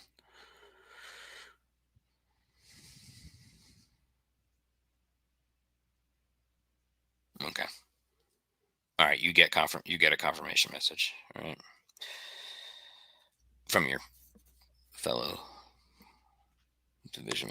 Yeah, your fellow division here. All right, so not firing. Okay. All right. Very good. So just maintain and um.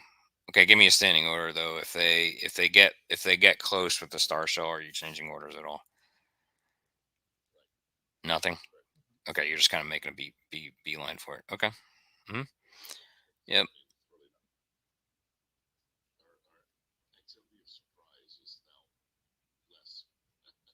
Sure. So take advantage of take advantage of what you got. All right. All right. So just in general, I'm going to proceed forward then. Okay, based on what you just posted.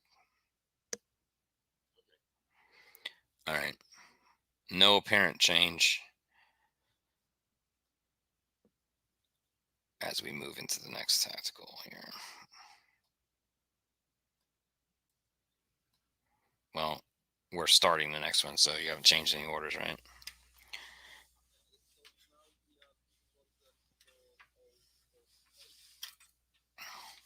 No, just no. I what I did is I just told them what they were experiencing, and now we're proceeding with this tactical. Okay.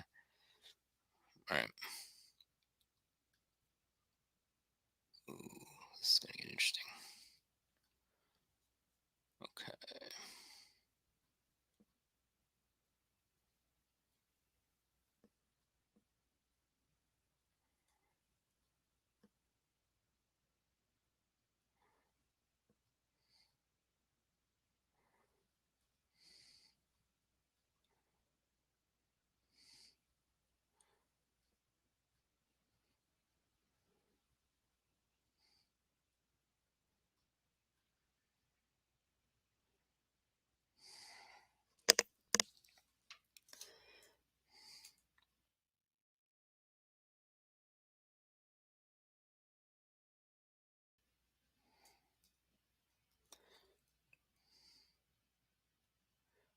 One second as I'm fixing a few other things.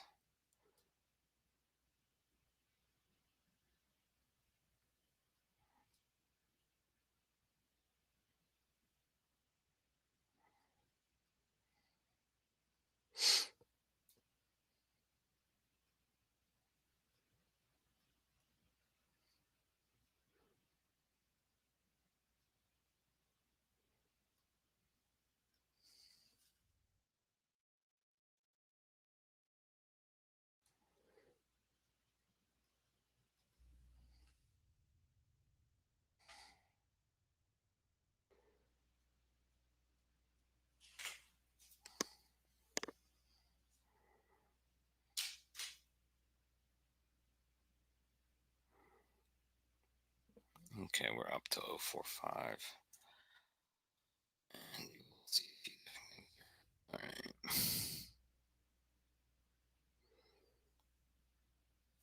right. At approximately between 0 degrees and 15 degrees, you now see, hold on, 1, 2, 3, you now see 8 silhouettes on the horizon, almost directly to your north. Correct. And they are closing. They are 2,000 yards to the front ship. Okay. So you're in a pretty interesting position. You are effectively, by your estimation, you're crossing the T at approximately 2,000 kilo yards. And my assumption is that you're doing a planned firing of star shell to silhouette.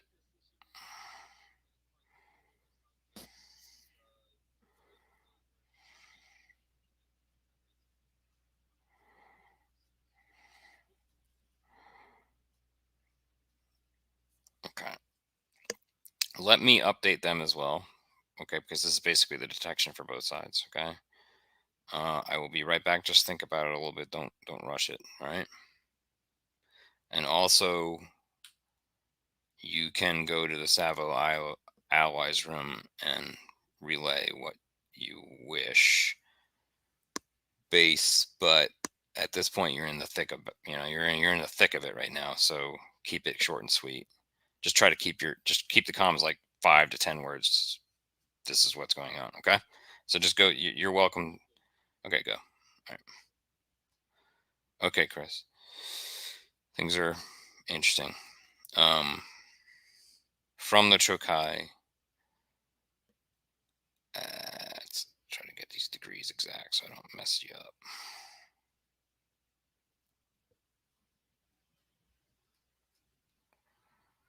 From Chokai at approximately 200 degrees true at 2,000 yards, you see a dark silhouette.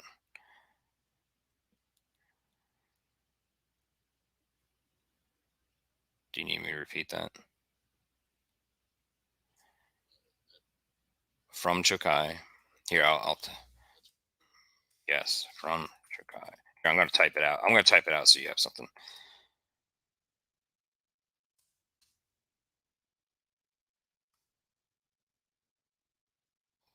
So, silhouette. All right, whatever. You get the picture. Okay, from Chokai, 2,000 yards, 200 true. Much more discernible.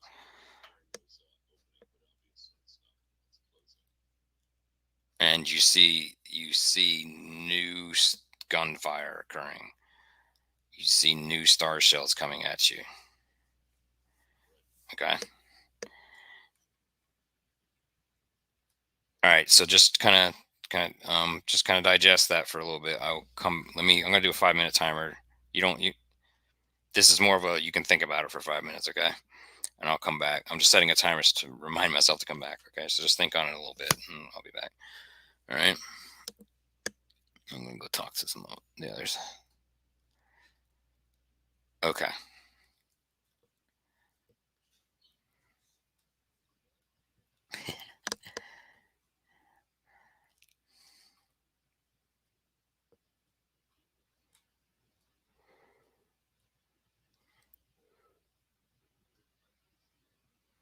Mm-hmm. I don't know if y'all saw, but I put a really good compass image into the Battle of Savo Island room in case you want to use that, because that's what I'm using to call out the courses and bearings and so forth.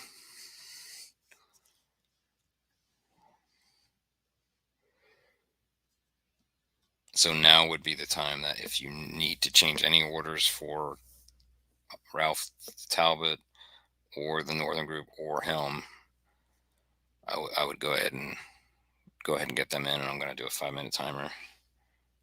Okay. If you have any other just situational questions from your own vantage point, by all means ask. And if I have to, I'll ask Tom to leave.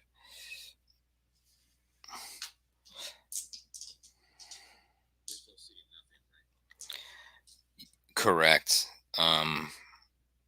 As a matter of Talbot may have seen the glimmer of star shell, and that's, you're assuming, you don't know who fired it necessarily. I mean, I don't think Tom. I don't know if Tom relayed to you that he was firing star shell or anything like that. So at this point, you don't know who's firing. Okay, then your assumption is that those are from him, and that would be from Talbot. That would be for Talbot. So only Griffin knows that, because right now you're just seeing Savo Island silhouette.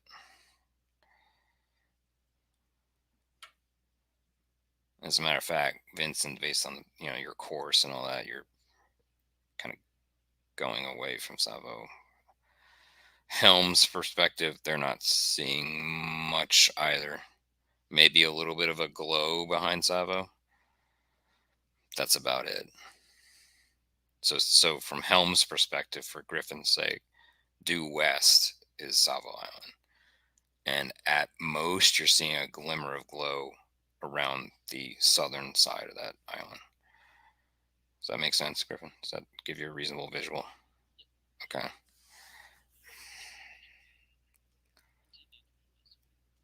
It's moving in that.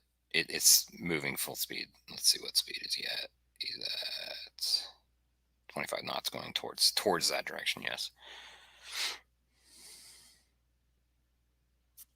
Check the ranges here. Yeah, he would definitely see the star shell in the distance. Talbot would.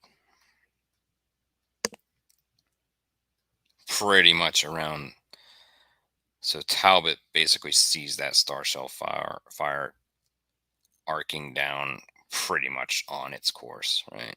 If it continues its course, it will skirt Savo Island right off the shore and go towards where the star shells were. So, just FYI.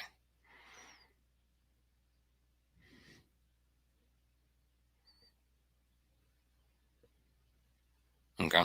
So just let's see. All right. So I've gotten stuff from Tom. Let me update the main room.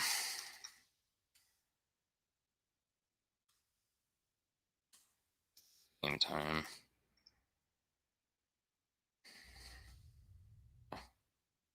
Just gonna give you a little bit of a reference point.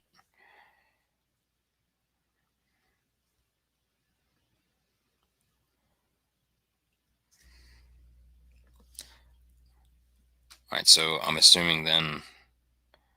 Okay.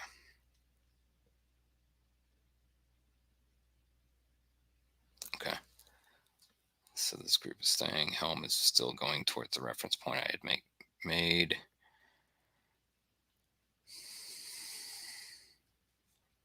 Modify the angle a little bit so it gets there. All right.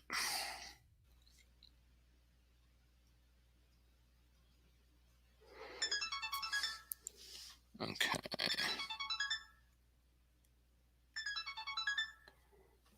It's just my timer. Oop, come on. All right.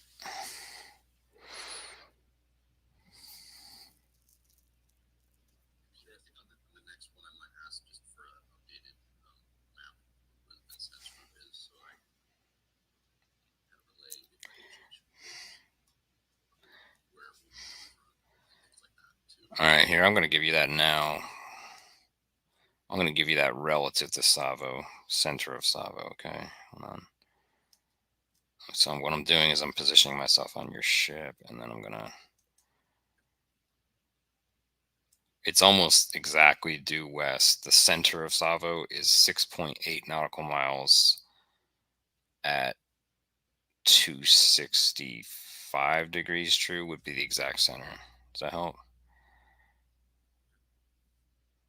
Yeah, at this point, I want to try to avoid the images because just to kind of give you the feel of you kind of have to somewhat draw it out to yourself.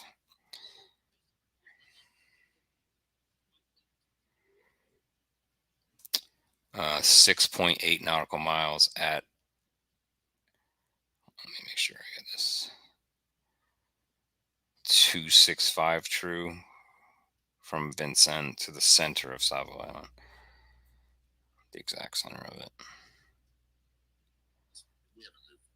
Right, so it's about, you're about 7 nautical miles due east of Savo, your group. Helm is, you know, 7.1, again, almost due east, but a little bit south of that. So based on dead reckoning, your helm is roughly eight nautical miles from where Talbot's station was, and it's proceeding towards that station to take over. Does that help as well, Griffin? Yeah, Talbot's station point, we'll call it, is at approximately 305 true at 8 nautical miles from Helm. So it's going to take a little bit for him to get there.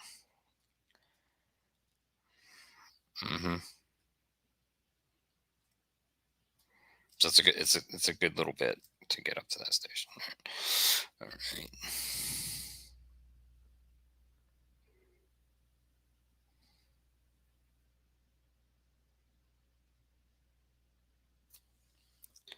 Okay. All right. So let me go hop over and talk to Tom real quick. Hey. All right. So you are going due south. You're changing to due south.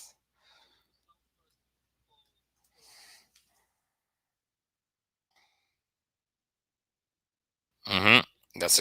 That's exactly right. And I mean, your star shells are effective now. You are illuminating them. So if you wanted to target,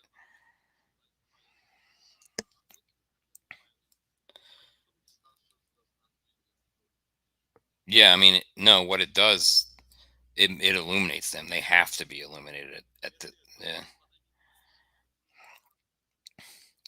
No, it's giving, no, no, no, not at this distance. If you were really close, maybe, but if you were in point blank, it might give them a benefit, but they haven't fired anything at you. For as far as you can tell, they're proceeding. Huh?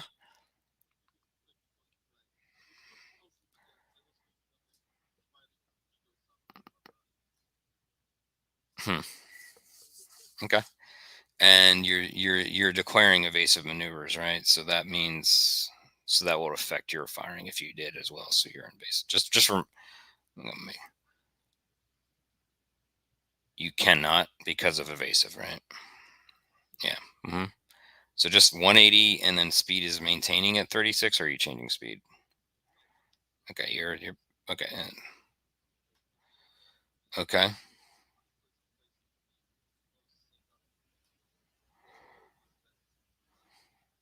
Okay, then on the southern group, they will maintain. Yeah.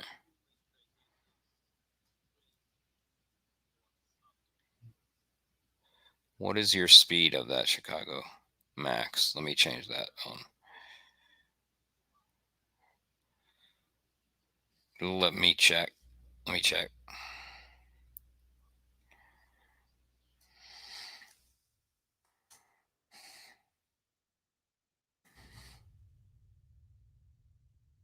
Yeah, I think 32 knots. I think Chicago's probably the slowest, 32. All right.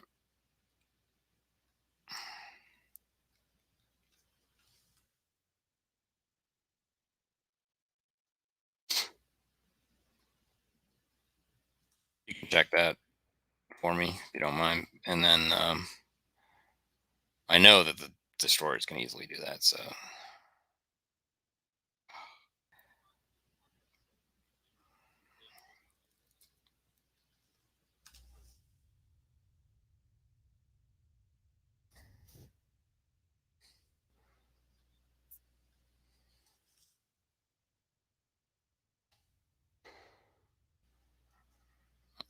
hmm,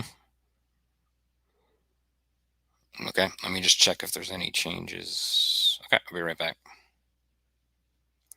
All right, just double checking if you have any changes based on everything.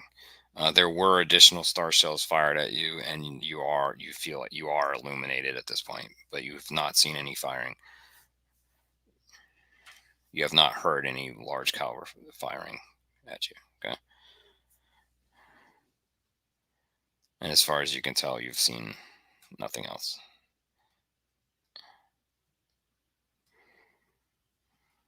You good? You're gonna stay with your existing orders for the full division.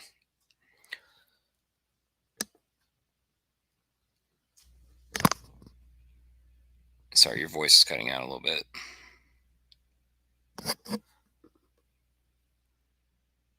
Yeah, I can't hear you at all, Chris. I can hear that you're talking, but I can't.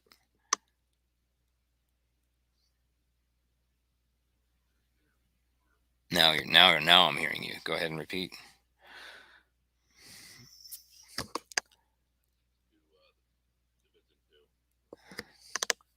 You're a single division. You don't have to. I mean, what you're doing is you're relaying via wireless to your own division. You're one division unless you want to split divisions. So yeah, you're commanding the whole line at this point.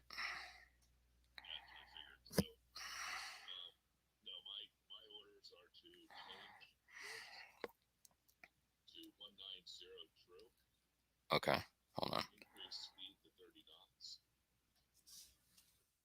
Okay, very good. Just, I just say that everyone's want to make. All right, so you're going to turn in secession. That was the stand. I'm assuming the standing order is turning in secession to maintain formation.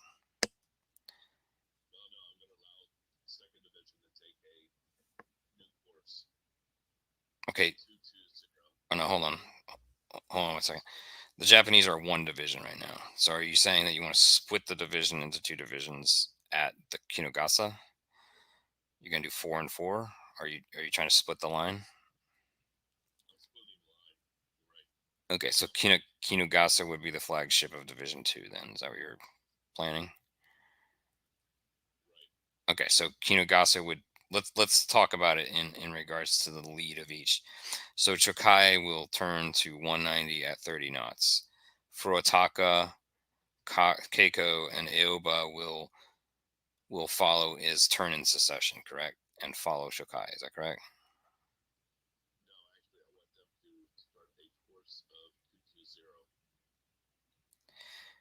Oh wow. So the remain. Okay, hold on. Okay, so let me restate. Let me reflect the order. Okay, so Division 1, which is Shokai, Furuotaka, Keiko, and Aoba.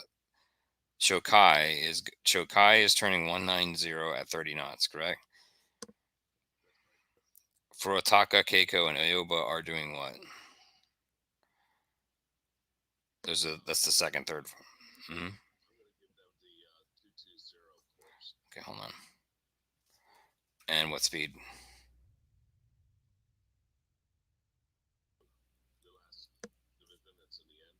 Oh, hold on. I missed something there. What speed for that? Furuotaka is going what speed?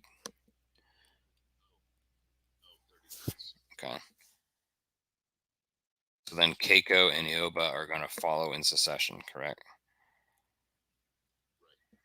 Okay, hold on. Let me kind of get that going here. No, you are controlling the entire Japanese task group.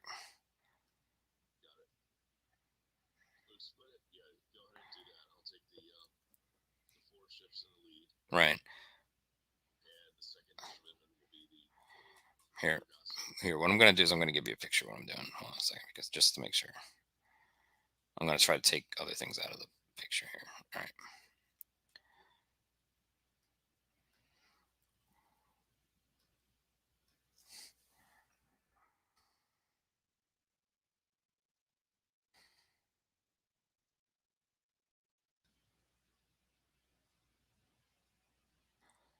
Okay, so the front four ships are your Division 1. The back four ships are your Division 2. All right. Now, so Kinugasa is now the flagship of your Division 2. Let me show you a picture of this just to kind of, let's get a picture of this.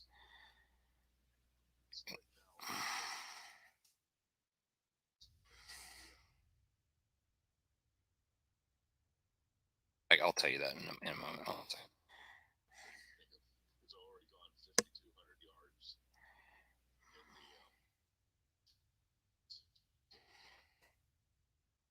So this is what I got right now. All right. So again, Chokai is taking its own course and speed. The second in your first division is turning differently and going a different speed. And then the rear division is maintaining the original course and speeds. That's what I got. Is that good? Now, what speed do you want Kinugasa's division at? 30? Well, there is nobody else. That's the problem. Your second player is not here. That's the problem. Yeah, they're not separate. They're just not here. You're controlling the entire. No, no, no. I'm sorry. I should have been more vocal about that. You weren't just set aside on your own with one portion of it. You're the whole thing. Yep.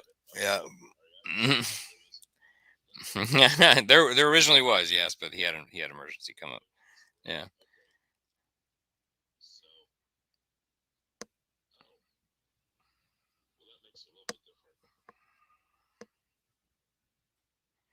So right now, just in general, what do you want that Division 2 to do? Do you want them to go closer to Salvo, or you want at a 30 knots ish, or what do you want?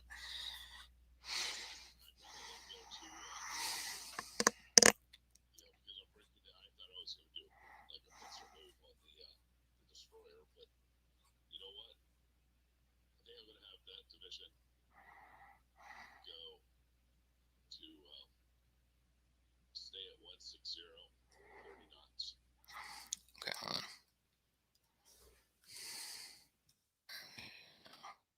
the 2nd Division 16030.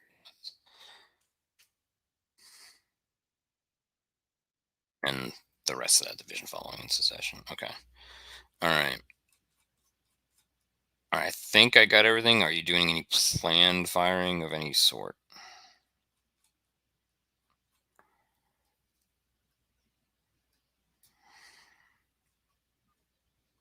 I'm not hearing you if you're talking.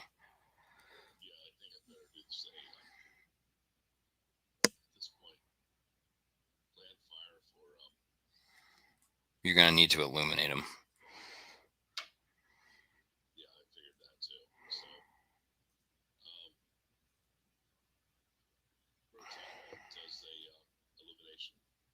Okay. Of the dark silhouette. Okay. All right. So that's, let me just determine if that's wildly horrible or not. No, that's okay. That's on my, no, that's fine. All right. You are illuminating the destroyer. Um, you don't know the exact class, but you can definitely tell it's a destroyer at this point. And at this point, it would be targetable for planned firing. Okay.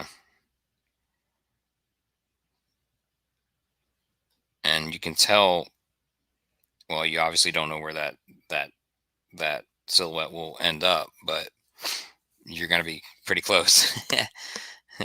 Depending upon how fast he's going and what course. You don't know the exact. You can tell you can tell the destroyer is becoming. You're almost looking at it stern on. He's turning to starboard, and he's turning as if he's moving towards a 180 true course. So I help you. You would see that now that you've silhouetted it, but you're not technically. You fired your star shell this turn, so you're not going to be able to fire until the next turn. I should have mentioned that. I'm sorry, that was wrong of me. So your firing was to illuminate it, and then this following turn you'll be able. So let me go ahead and progress forward, and let's see where we're at, and I'll just stay here, tell you what's going on. All right, so okay, so let me fix all these.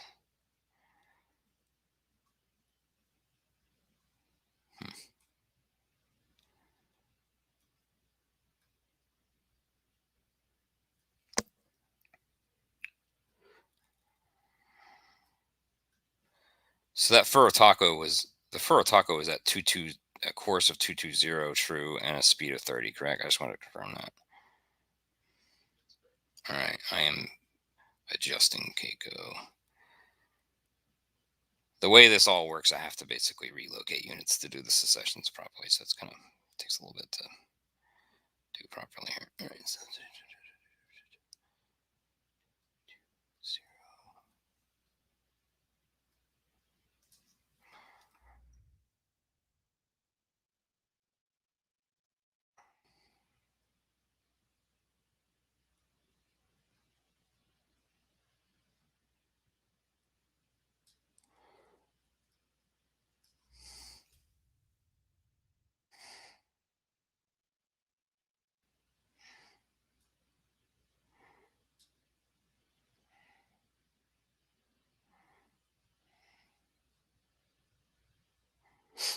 almost done.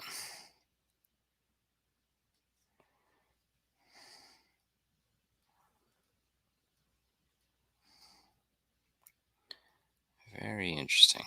Interesting maneuvers here.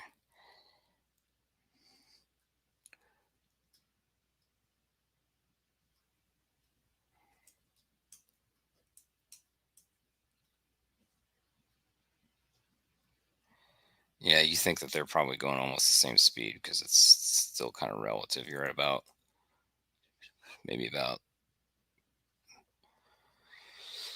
let's see, 2,800 yards at this point from Chokai,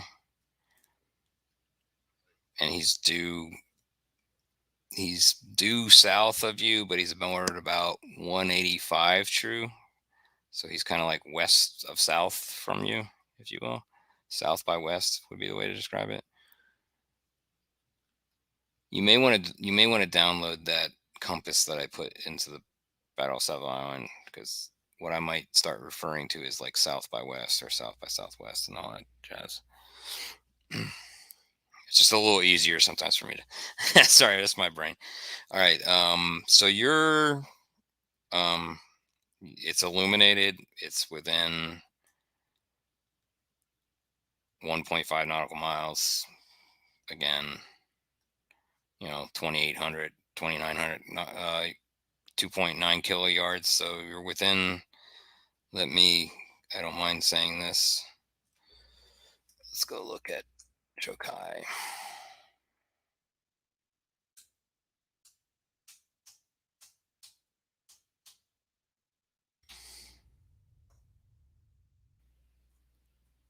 Hmm.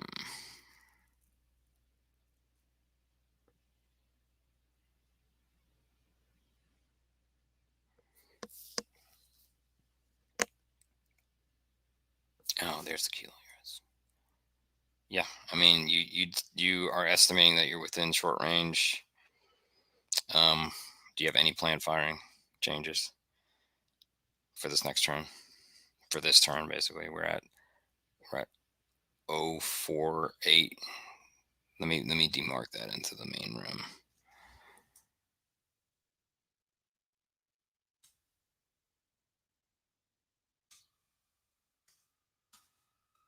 Okay, so basically we're officially at 0048. If you want to start to change your orders for this tactical turn, advise.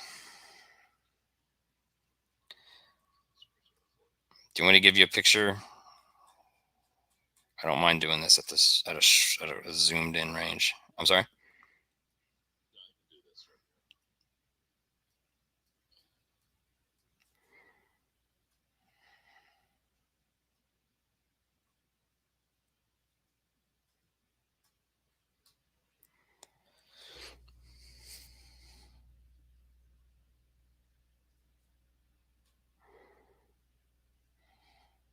Okay, I'm going to talk to the blue side near you. Okay. All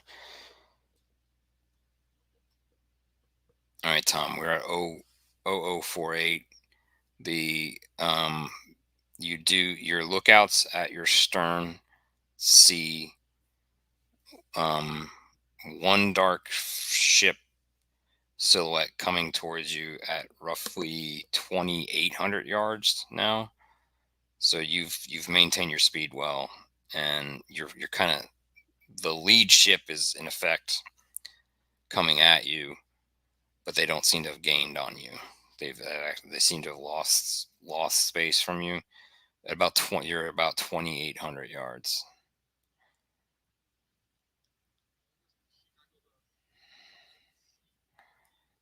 Let me triple check that. Let me triple check. Well, I mean, the Chicago group would have. Oh, darn it! Hold on. Let me just check. Let me check some things. Okay, so they actually. Let me just check range here. All right, so then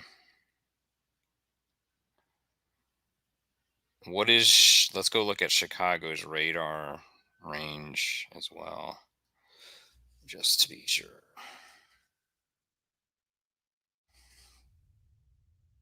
Okay, Chicago does pick it up.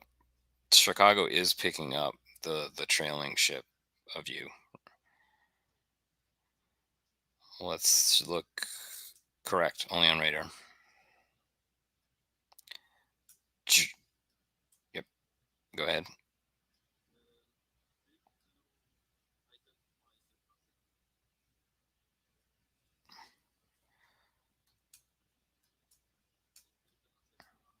Well, you know a cruiser is coming down. You know a cruiser is bearing down on you. Yeah. And let me go double check some of these other ones real quick just to be sure I don't get.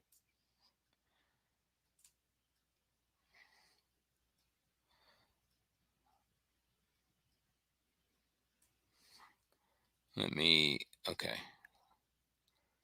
I'm going to try to give you more of an image here because I think there's certain things it's going to see. Hold on one second. Chicago's radar is going to pick up a few things.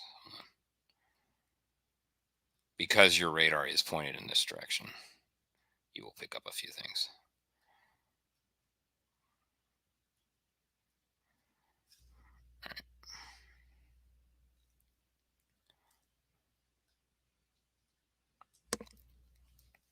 I'm going to give you a picture.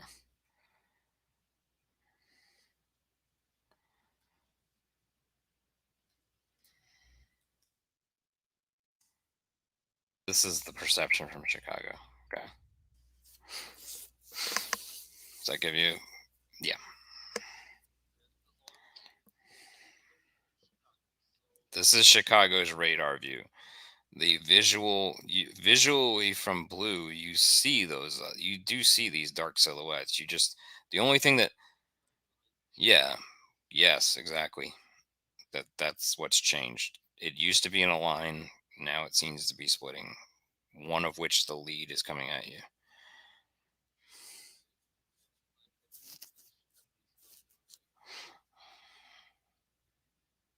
Okay. I mean, and that I don't mind giving you a visual cue of that because you would see Savo to your north. You would see the,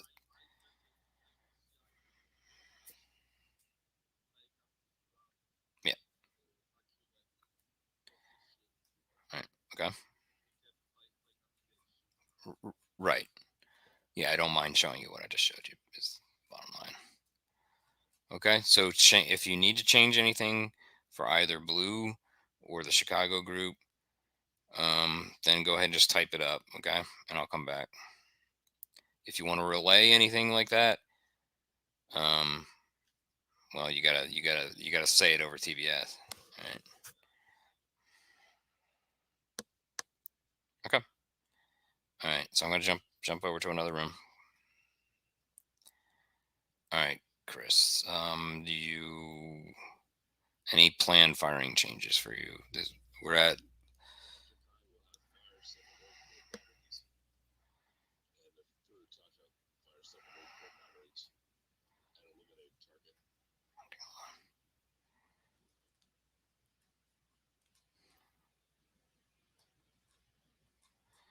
Okay, so for Chokai, I think you're only going to be able to bear one turret. Let's take a look at Chokai's silhouette here, based on where it's at. Purataka can get all of its turrets to bear.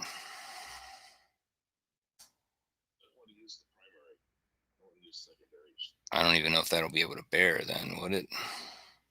From Chokai?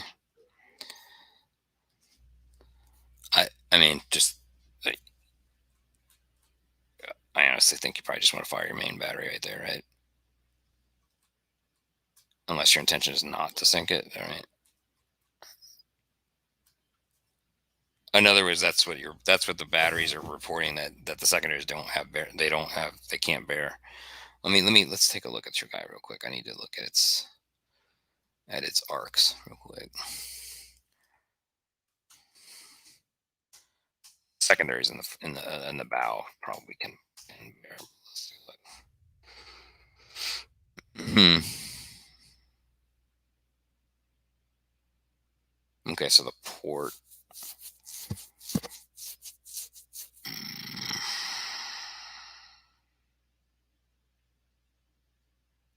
So the port 12 centimeter ones. All right, so then those are. Let's go look at the arcs again in Command C just to be sure.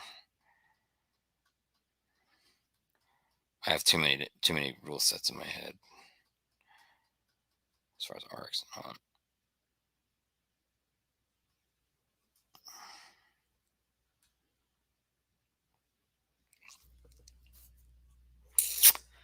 Not quite.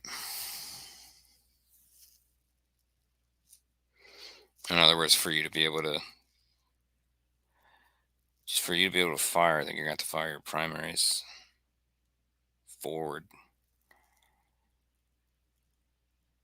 Are you looking at command? I mean, I can show you the arc here. Let me see if I can. Do you want me to show you the image of it? Yeah, it's not exactly like. I'm just going to do this for so you know. you would know this. That's shit.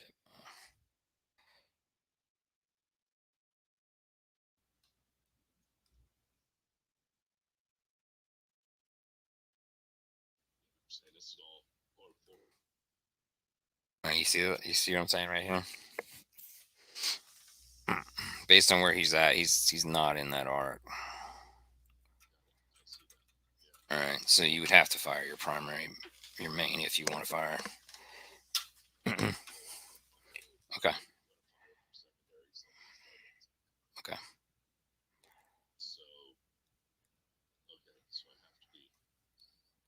Now, Furuotaka can do it. Furuotaka can do it, and she's at 4,000 yards,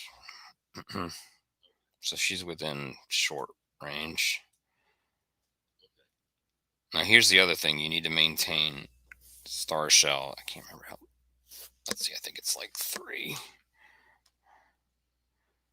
Yeah, you got to probably fire more star shell to continue to illuminate. So somebody needs to use at least one of their 5-inch guns for star shell to keep it maintained.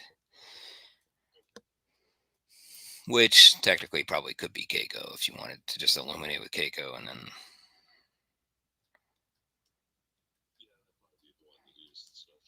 Okay, so they will feel that. And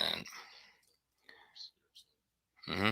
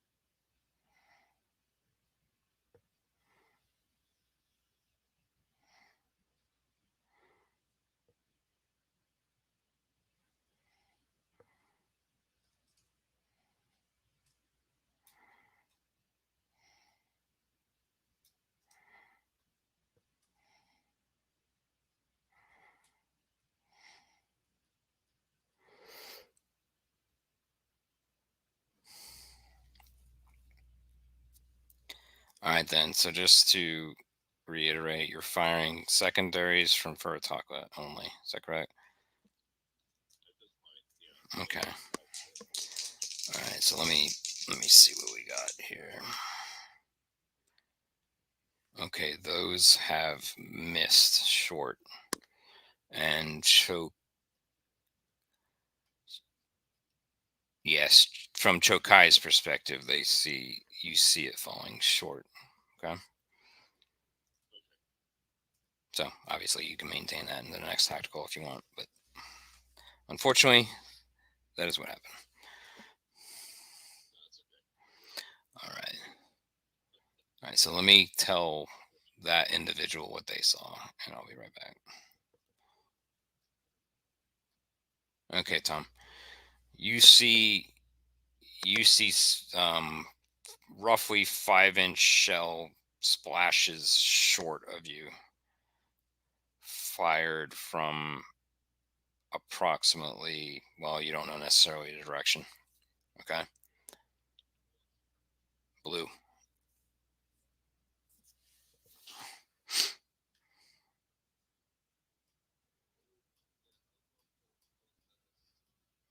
Okay. Let me go look.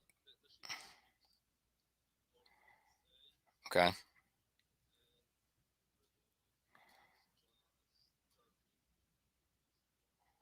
Let me go look at that. Where? Okay, blue 230. I will change that right now.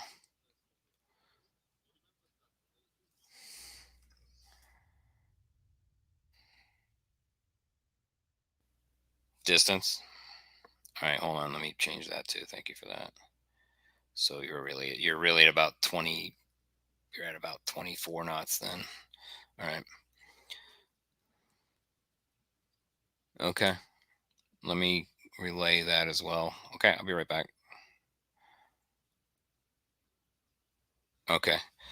Just a short update, Chris, that you see the destroyer taking evasive maneuvers. Okay. Chokai is noticing that the destroyer is taking evasive maneuvers, meaning you're seeing it zigzagging. Okay. Yeah.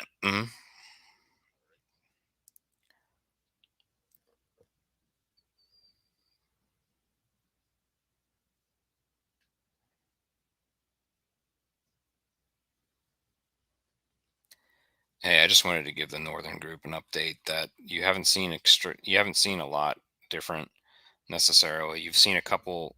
Ralph Tablet has seen maybe a few more star shells in the vicinity of where it's already heading.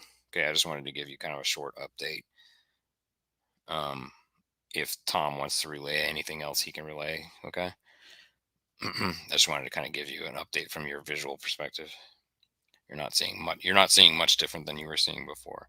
You're seeing maybe some glowing. You're seeing some glowing still on that basically southwest of Savo. Okay. So you think something's going on there, but Tom needs to relay if he wants to relay specifics. Okay.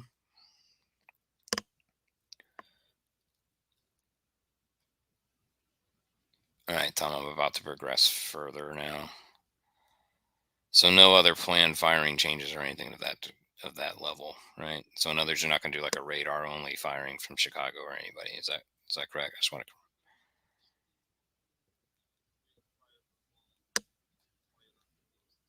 It's going to try to fire at the ship closest to it, the cruiser that is closest to it. So one of its batteries is firing Star Shell and the arrestor.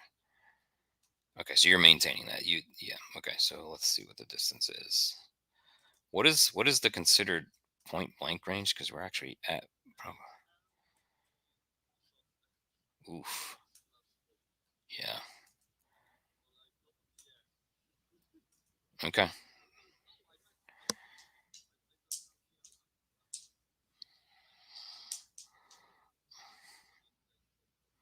Okay. Let me progress the movement because this planned firing is going to happen after the movement. So let me go ahead and progress. Okay. Let's see what we got. Oh, I think you'll be short. Hold on. Ooh. Interesting. No. No. I said nothing of the sort. Damn you. All right. So they're at roughly 2,000 yards at pretty much 45 degrees. So they seem like they've maintained their degree while you're sitting there zigzagging. The other portion to your north is about 4,000 yards, and you're starting to see. Let me see if I can give you blues perspective.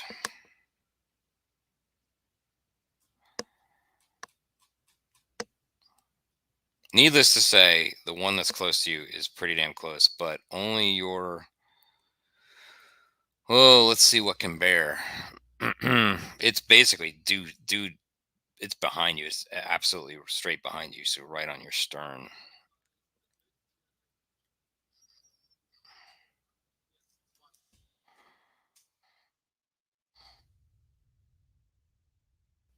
You're firing an aft. Yeah, aft 5-inch. All right. All right. So let's see what happens here. Okay. Let's see. Yeah, you definitely get a hit. Hold on a second. Let me check the probabilities here.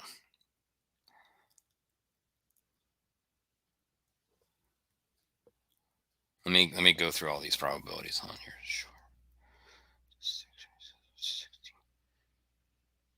Target is silhouetted by star shell.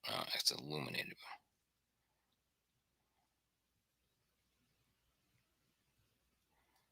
Okay, so that's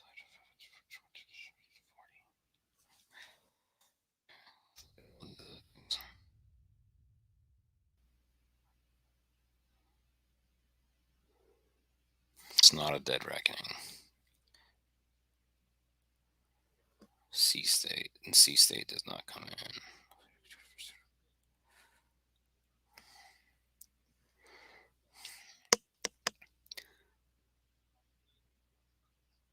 I think I think you got it. How many barrels do you got back there? Oh wow. All right, so hold on.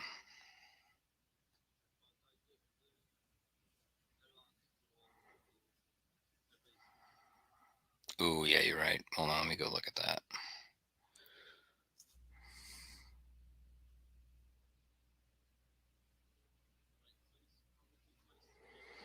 That's 12. That's 12. Yeah, that's 12. Yeah, but I mean, I'll just say that. Yeah, you definitely hit him. Yeah, I mean, so that's one barrel though. Yeah, it was a good roll. Let me put it that way. Um, without saying specifically. Where is that? So one barrel.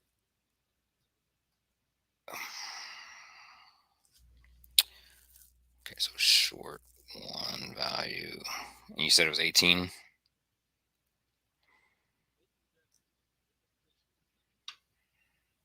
All right, let me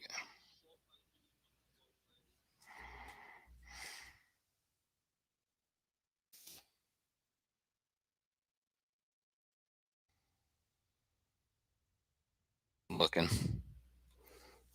No, non-penetrating. Okay. All right. Let me tell them. All right. And then the critical rolling is only.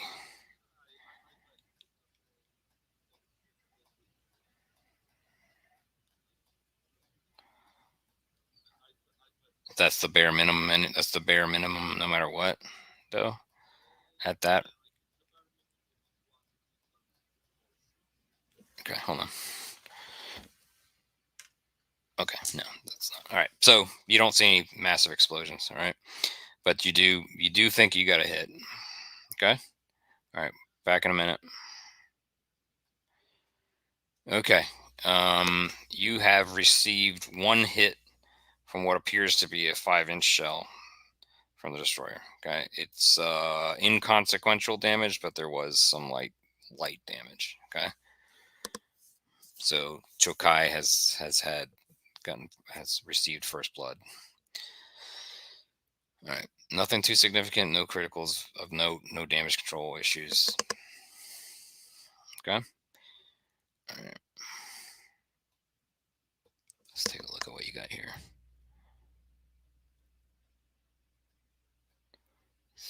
Double check the time. Yes, we are at 5:05.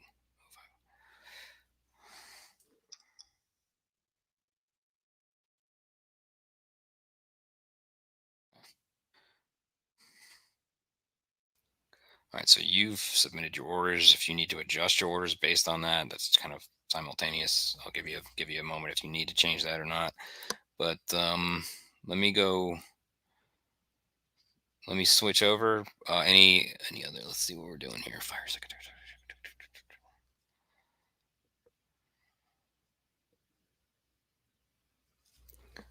Okay, so Keiko is still illuminating. 170 maintain speed. Maintain course and speed. 170 maintain speed. So the remainder of Division 1 is going to change to 170.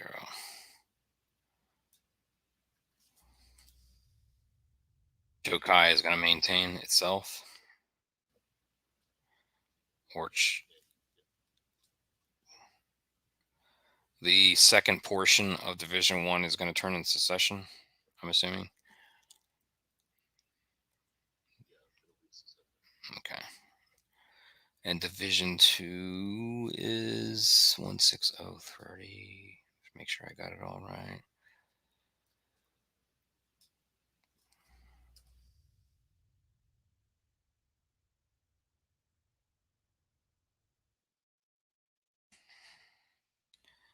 Okay. All right. I will be right back shortly. We'll be progressing with your plan firing here as well in a moment. Okay. Just want to make sure I got everything else right for them before we proceed. Okay. All right. Any changes from any changes for blue or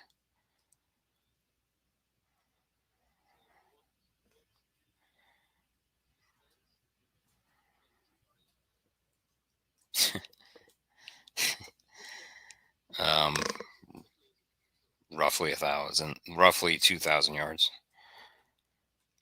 You're not gonna know it exactly.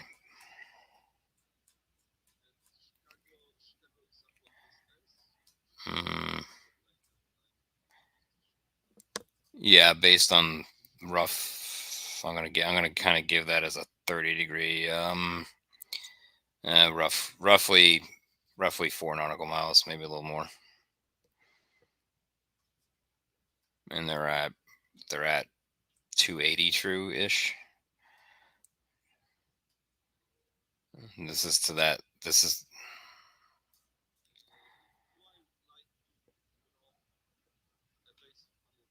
okay. So you're gonna come below 20. Or you're just gonna drop evasive,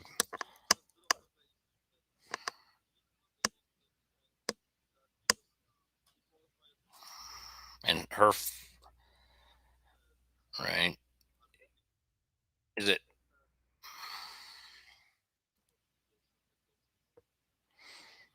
okay? So you're turning to what degree true?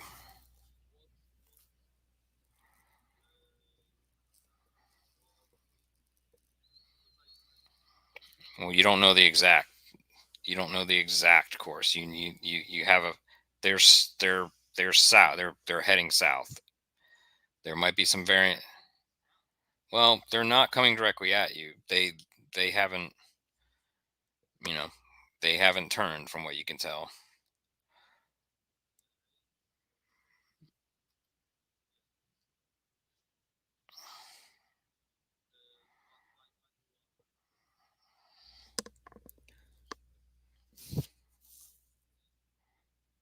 Mm. Oh, so you're turning to starboard, and you're gonna go 315 true. You need to. Okay, so is your intention to fire on the closest or the other group?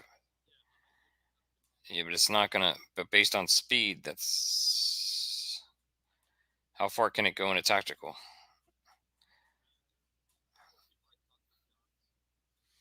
All right, and that's about. I mean, i- okay, it doesn't move until the movement of the next turn, though, right?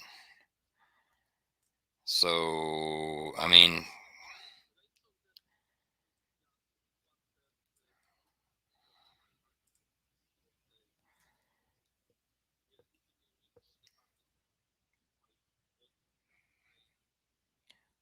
there are they fixed torpedo tubes? Or are they?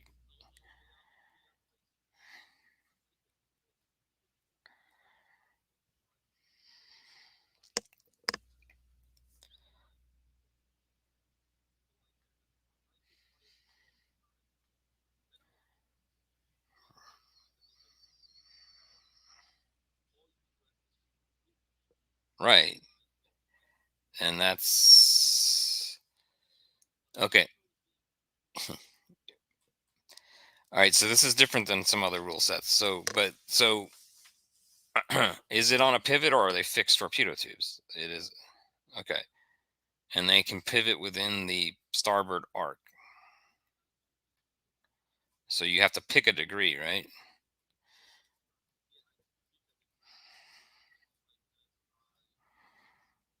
Yes, you will be.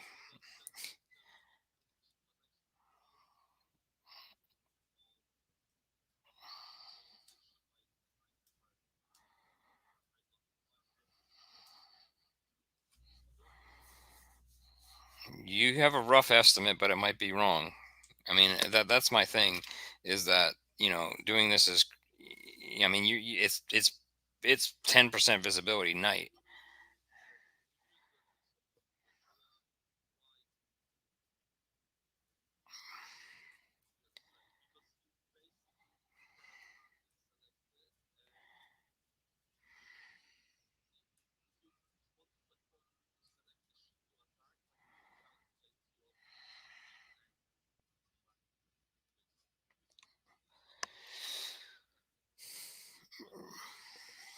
So what pieces of information do you need to know in order to be able to compute that then?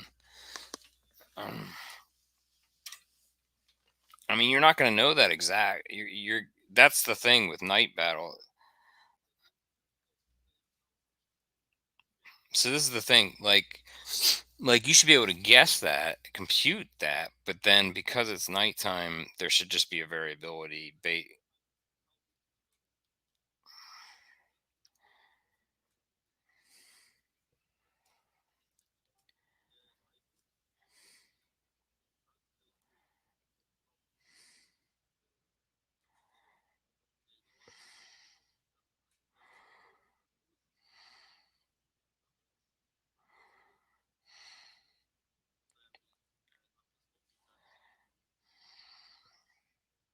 All right, so you know the bearing. You know that he's bearing at one. Hold on a second, that doesn't look right. Okay, you know that he's. You know that the closest cruiser is. I'm sorry.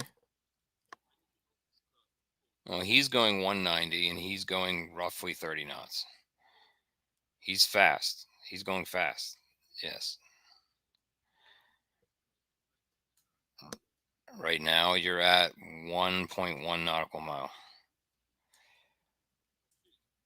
You are at you are 1.1 nautical miles away from that closest cruiser, and he's at 45 degrees from you. True. He is basically right on your. He is right on your broadside right now. True. Correct. He is at 45 true. You are currently at 315. So he's basically 90 degrees starboard relative to you, almost exactly.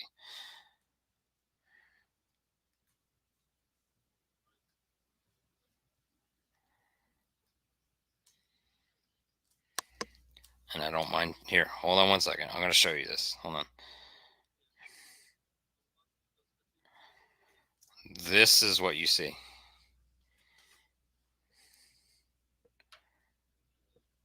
He is dead on 90 degrees relative. And he's going quick. And he's going 190 at 30. I don't think it'll hit him. I don't think it has a chance, right?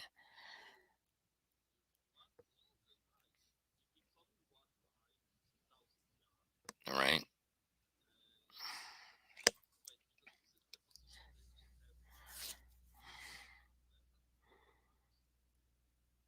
This is at the start of the turn. This is during planning. So you have to probably shoot it almost out your butt.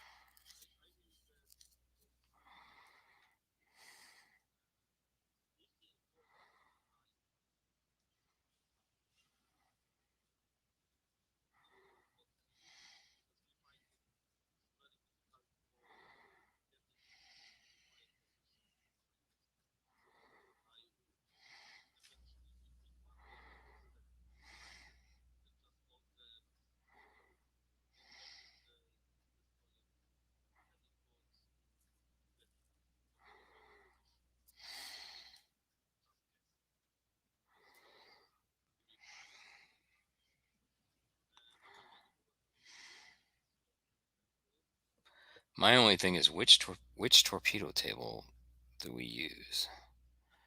That's the only thing that kind of.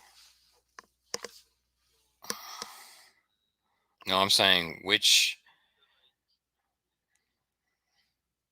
Right, but this is the thing that just threw me off is where does it say which torpedo combat result table to use? There's like many of them. There's one, two. That was the only thing I didn't pick up on when I reread it.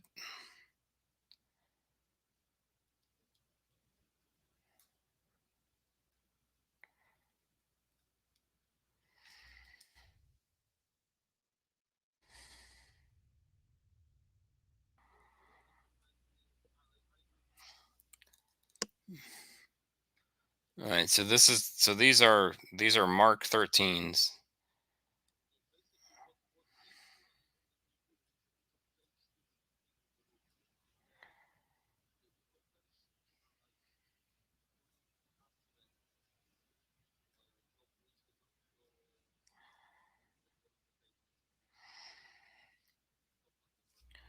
All right, now hold on.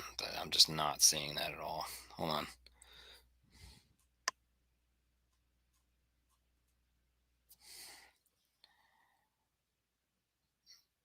Again, we're straight running torpedoes. Where do you see that it? Okay. Yes. There we go. That's what I'm looking for. That's the part I was missing. Sorry. It's like buried on the third of the fourth. Okay. All right. Yeah. Ship. Okay. So the ship sizes are. So let's go look.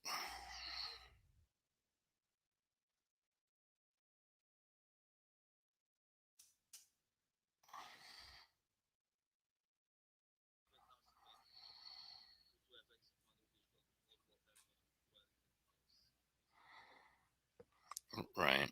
But okay. In this case, I'm just going to go ahead and say they're not. So I just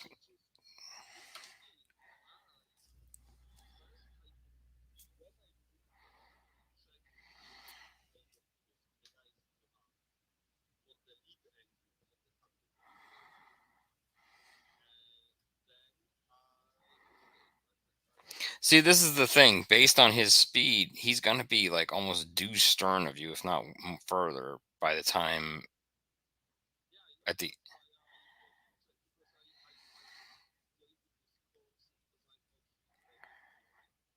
He had been. He had been directly behind you, but then you turned course. You changed to 315. Yeah. Well,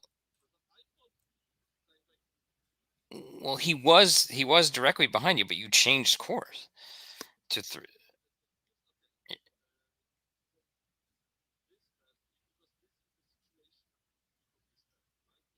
Correct. This is where you're planning your turn. Yeah.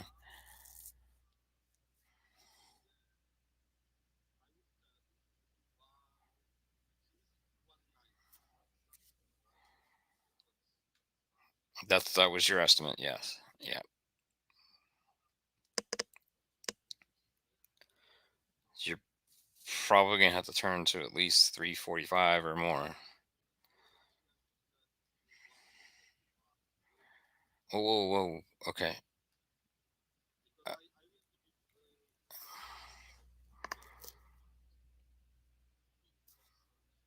okay. So you're flipping around entirely, basically. Before I mean, we can change whatever you to what you want. That's why I was surprised you were turning that direction originally. You're planning your turn. You're planning your current turn. You're planning turn 051. You're plotting for time turn 0051 right now. And you know where he was, and that's why I was surprised that you were changing to 315.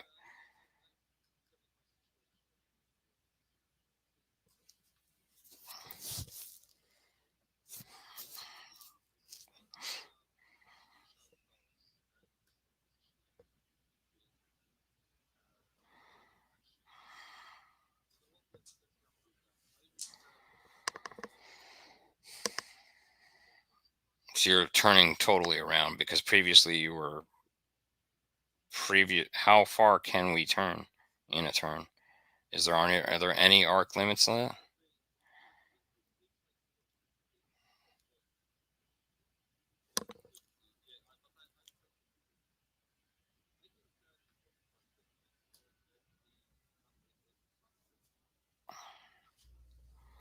So you'd basically turn around in place, but just be offset.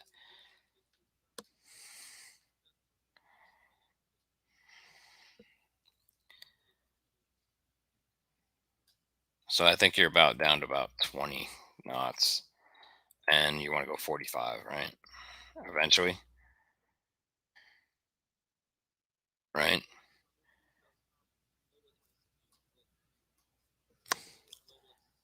Right, but it's okay. So over in a 3 minute, you're basically gonna make like a horseshoe turn, really, right? I mean, that's ul- ultimately right. They're not gonna just turn in place, right? It's gonna be like basically a horseshoe turn.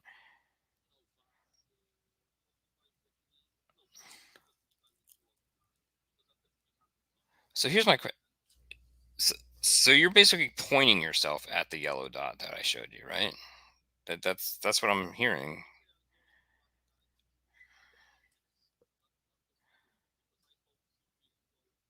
Yeah, he will. Okay. So,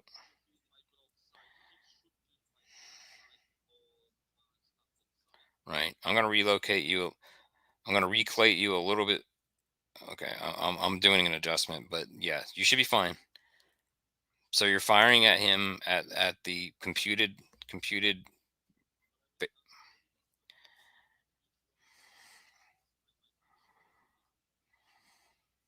It should be it should be within your port. I assume your starboard arc at that point.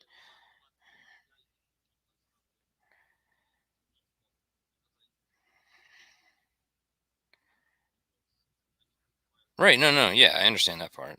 But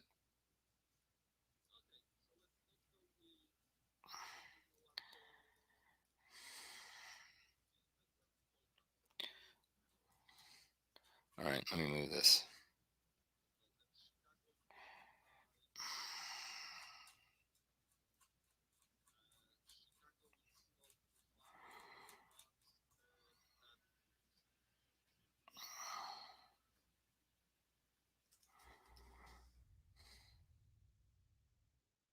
with the group following in succession.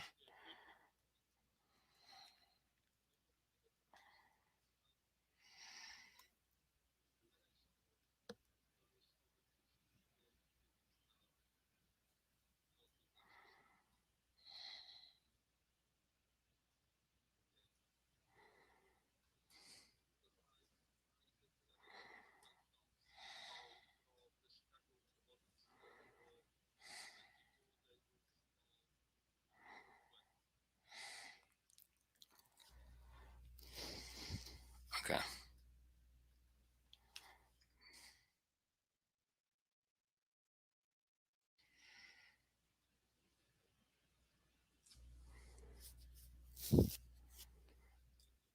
Well, no, I mean, no, we're using command at C. We're just executing it in this format. Yeah. Yeah, we would proportionally change it. Yeah. No, not at all. No.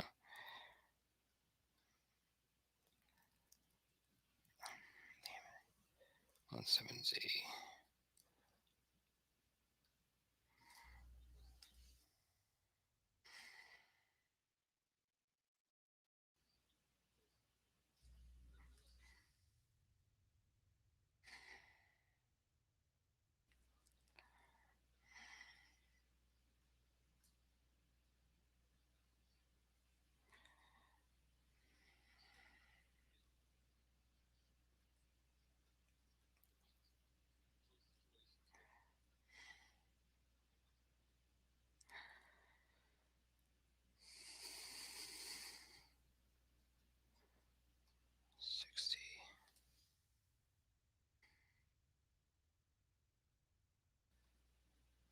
Just doing some other corrections while I'm sitting here.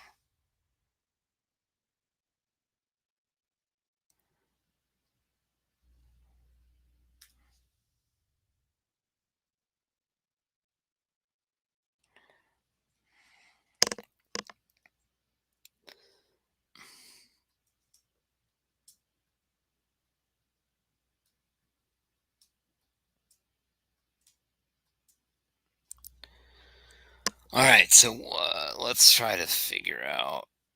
That was the end of it. So you're saying then that at this point, the torpedoes would be in the water, correct? At No, I'm saying that we're now at 0548. Excuse me, 0540. 054. Hold on.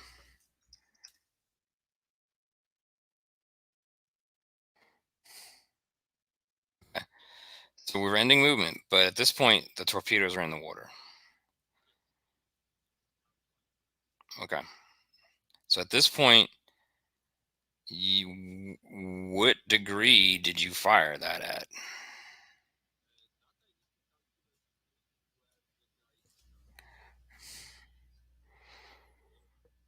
No, you planned it last turn, though. That's the point.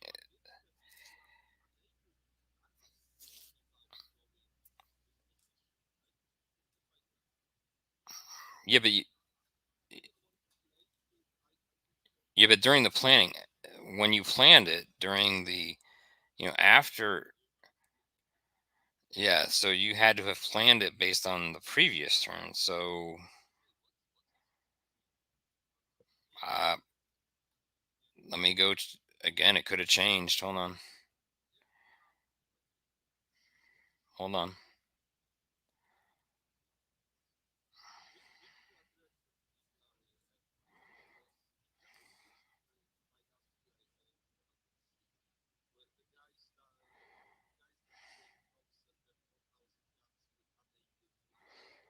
All right. At this point, you're hearing from your allies that they are requesting an update. Just so you know. Yeah. Okay. So again, right now, torpedoes. You've put torpedoes in the water, but I need to know which angle you had put them in the water at. And you were still at 45, and he was at 190, but he's gone a turn.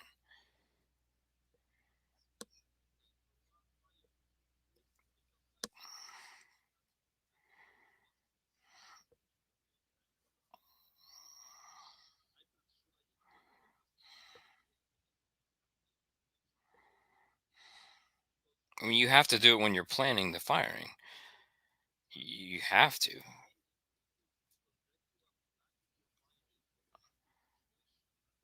Well, that's the thing. I mean, that's all you can ever do, right? That's all you can ever do is based.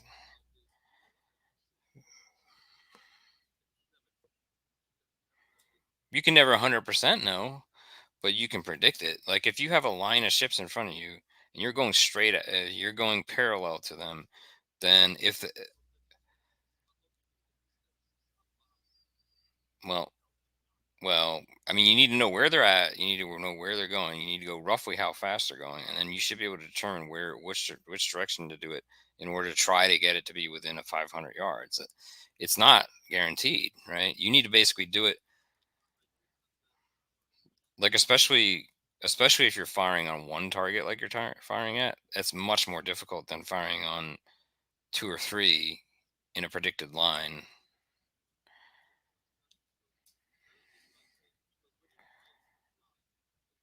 Right.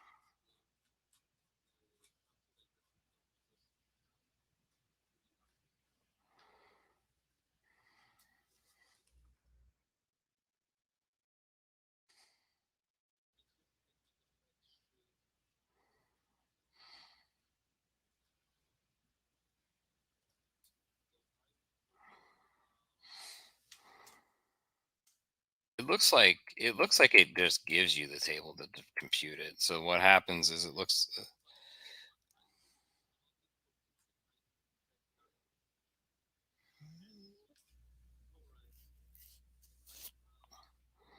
right, but that's what you did the previous turn. You had already done that, so you would have already known the deflection angle, and you would have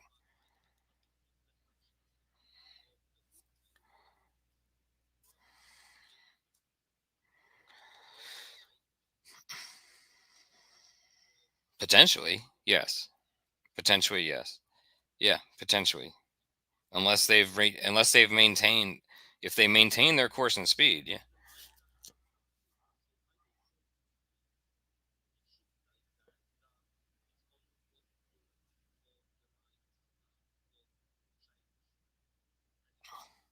hmm well, I mean that's what you're doing, and then you have to predict if they might change it. That's the thing. That's the thing with this is that you're only predicting it based on their current course, current speed, and current relative position to you at that planning point because that's when you're hitting the well you have to you because you're hitting the red you're hitting the firing button. You're firing the torpedo at that point. You're firing it.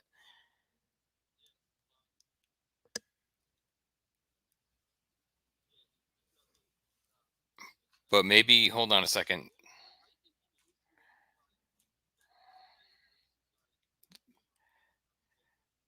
You're right. You're right. You do it after the movement because that's no. Okay, no. Okay, so this is where the ship is at the beginning of the turn, and that's when you would have deflected based on the movement. So yeah, it's not immediate. You're planning it, and you're hitting the red button during the planned firing phase.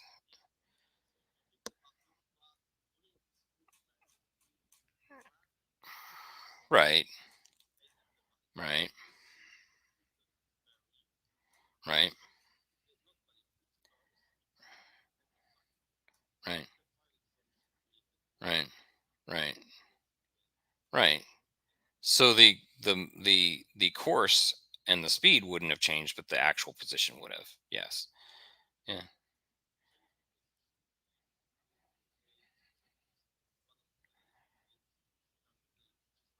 Right. All right. Whew. I. All right. So here's the thing. Which table do I use at this point to compute the?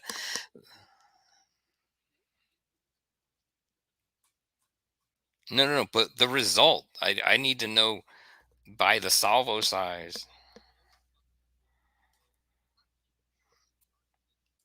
Okay.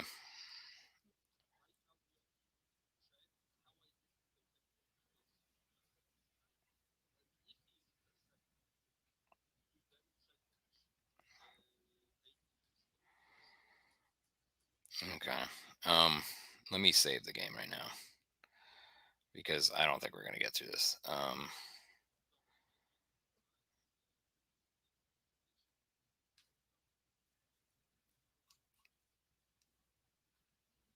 Okay. Let me just tell everybody coming.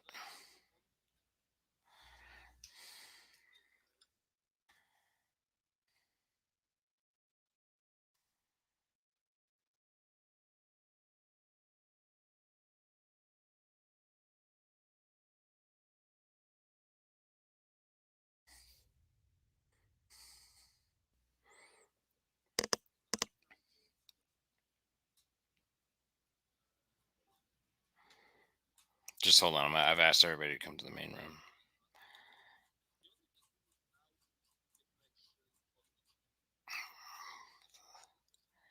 Right.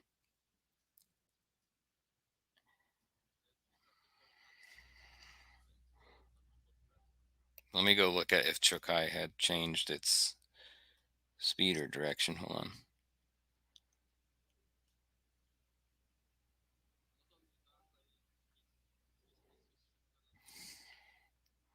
Just hold up one second. I'm just seeing if he changed his. He's still going 170 at 130.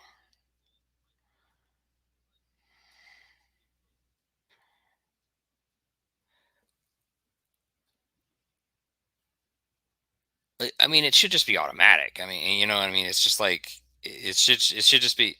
But no, it's like the okay. So when I look back at here, I'm gonna just share my screen real quick entirely. See see if this will help. I'll just show what's going on. I no, I mean it's no, I mean unfortunately we're at the end of time and we're never gonna get through the next. I mean, but um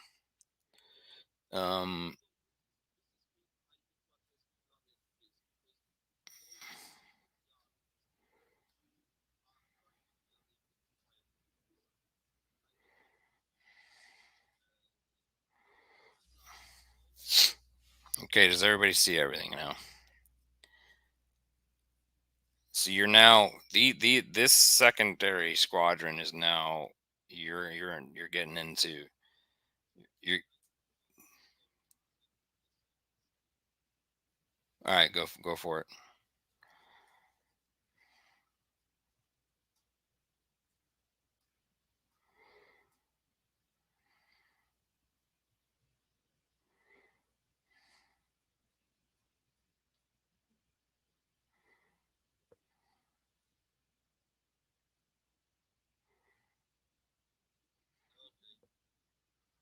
All right, can you see this going on? All right, so let's talk a little bit. Yeah, it's getting rough because now you have visual. I mean, at the end of this turn, and I just didn't have time to tell you any of this because we were kind of trying to compute all this. Yeah. So right here, so what he did interesting, what Chris did interestingly here is he actually split the full division into two divisions, and then what he did is he actually went around you. I- I- no, right, which is fine, which is exactly probably what would have happened. Now this would have been nasty. This was about to get, and this in particular, this I don't know if you would now here's the problem though, is that he's not going to necessarily even, I mean, he'll have a good idea that these are his friendlies, but as you can see, he's got enemies here too. So this is going to be very interesting predicament. Are you there? Okay.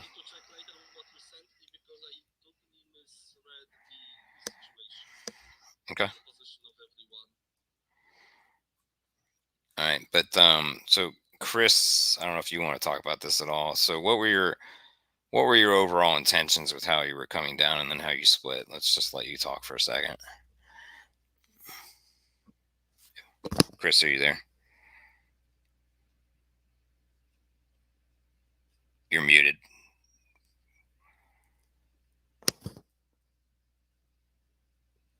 Chris, can you hear me? Can everybody else hear me?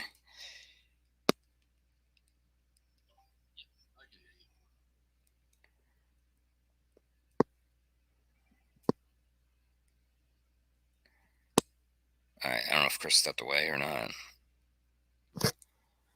Chris, you're still muted and I can't hear you.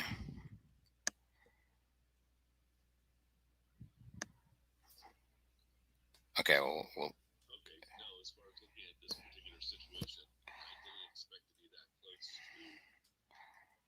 this.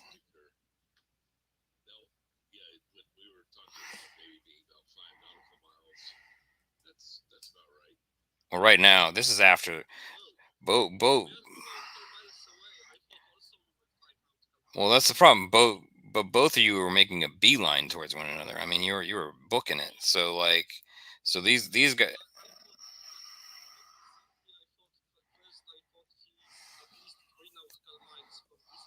Mm-mm. If he didn't,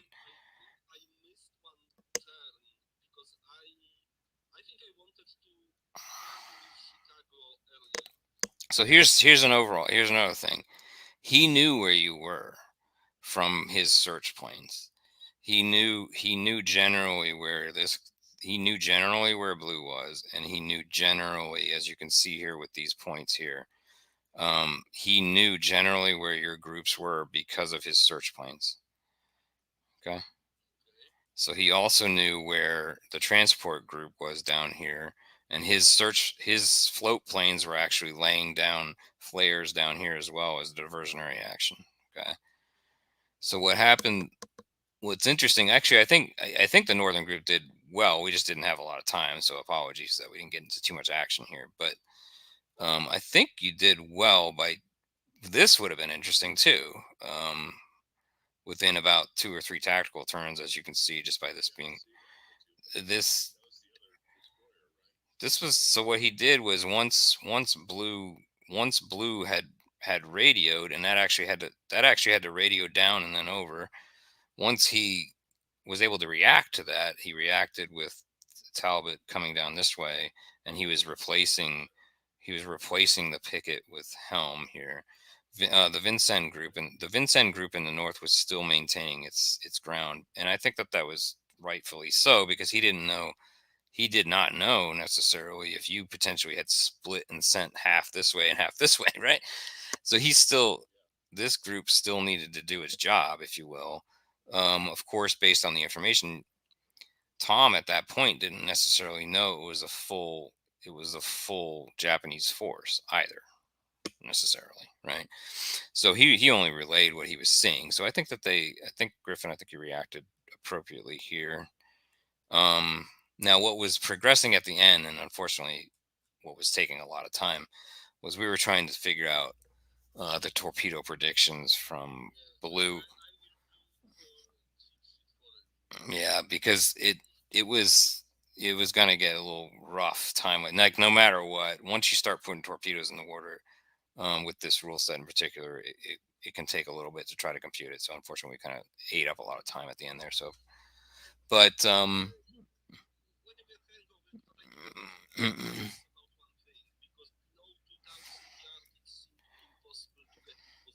so let me just show. I don't mind showing just a little bit. I'm going to try to avoid scrolling through here. But as you can see here, though, that should have been based on deflection angles and so forth. So the target speed at that point, this guy was going quick. Chokai was going 30 knots. So let's just take a quick look at this.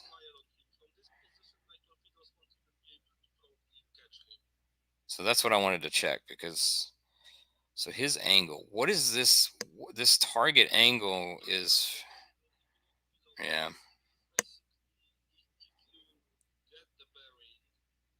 Mm-hmm.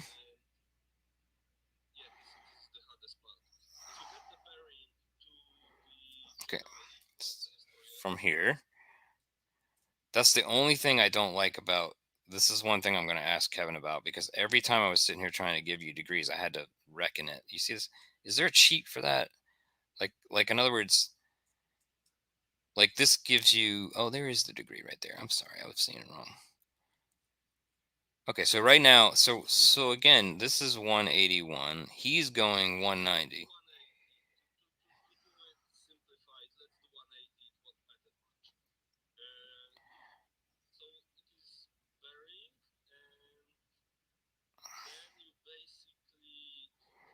So what is the target angle at that point?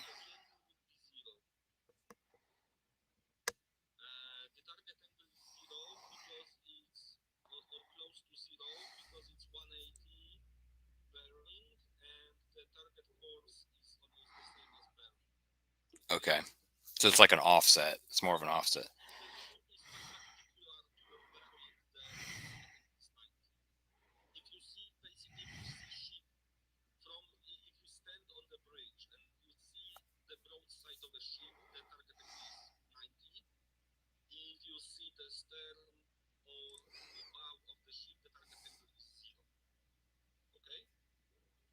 So okay, hold on.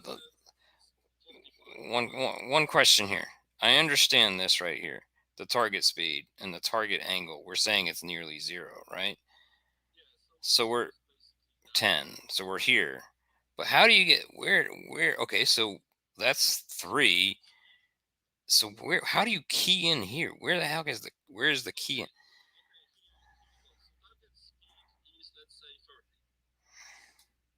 Right.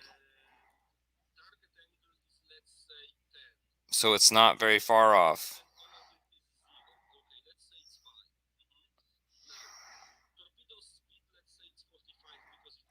Oh, correct.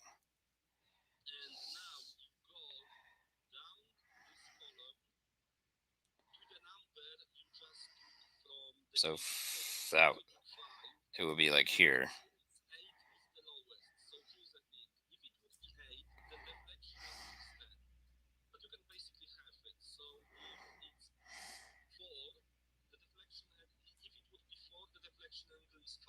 Okay, so what does that even do at that point?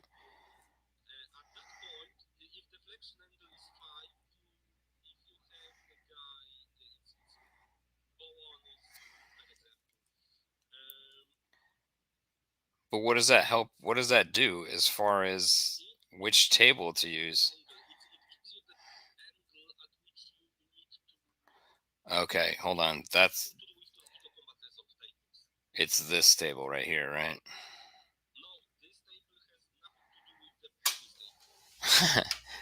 Okay.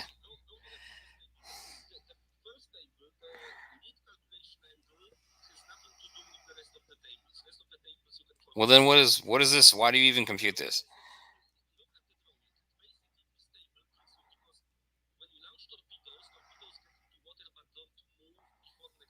Right. So let's just say I know what the answer is to this. And we do. We know it's here. We know it's 5. What do you use that for? What do you even use that for?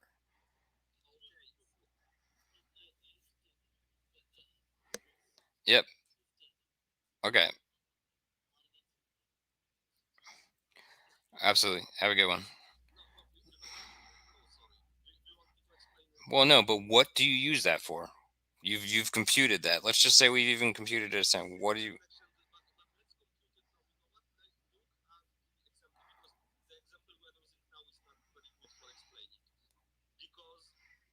Yeah, but what do you? Okay, right. But let's just cut to the chase. When you finally get to this, what do you use it for?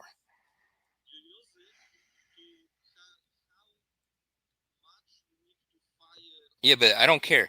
That's the TDC. That they've figured that out. They've okay. s- Okay, but what do you use? Right, no, no. So I understand all that physically, physics wise. But then what do you use to compute the probability of hit? And where does that key in? Right?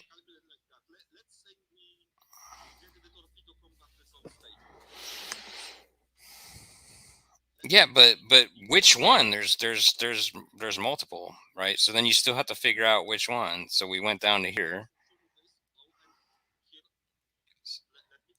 right? Right. Yeah, let's just say they're within, let's just say you did it right. You're within 500 yards. Yep, you are within the point where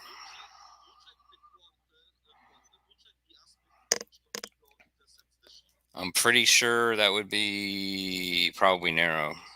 Right here, right? I think the ship is B. It's B for a cruiser. Hold on. It's Chokai. It's a B. So 5. This one. Salvo size was what? Euro.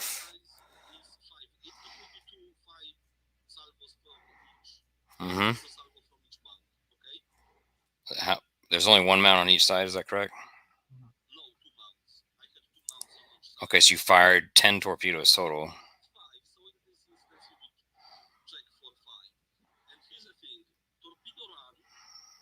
Right?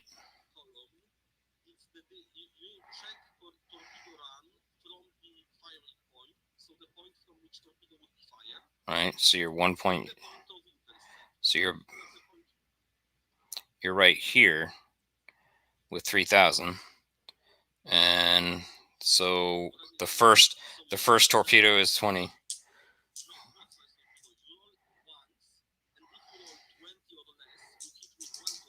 Okay. Just with one roll. Okay. So you missed. So you missed.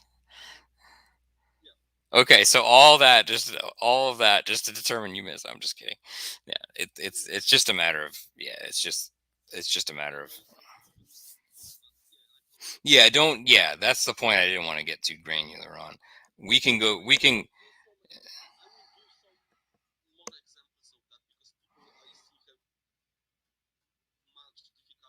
no, I mean, it's just you get all that, and then you end up with a degree, which I'm just like, yeah, that's wonderful. So, but you still end up here. You still always end up here.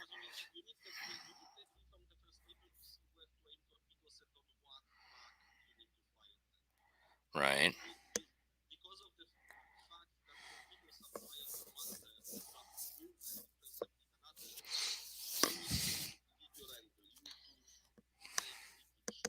Right. And then that ultimate point of interception is where you determine this. But it's still, you can still kind of mentally do that. You can, in other words, that whole computation just seems, uh, I'm just like,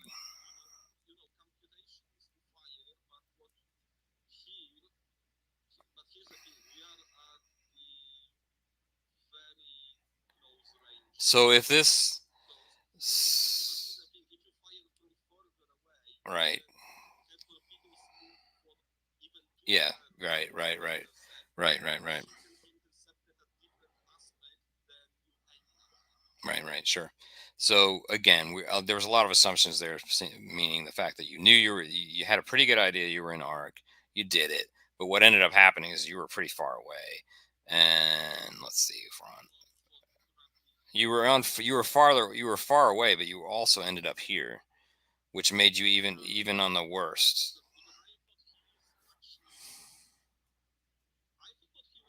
right here. Yeah, no, no, because he had a shallower turn, and then it was bit, and he was going really quick.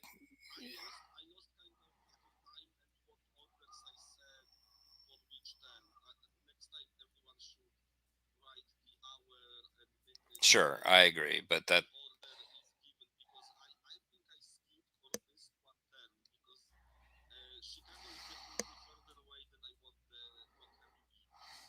okay.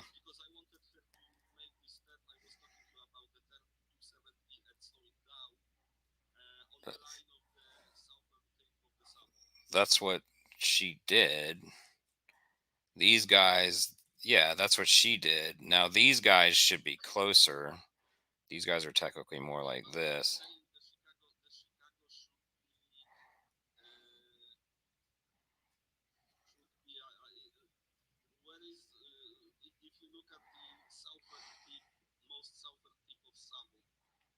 Right here.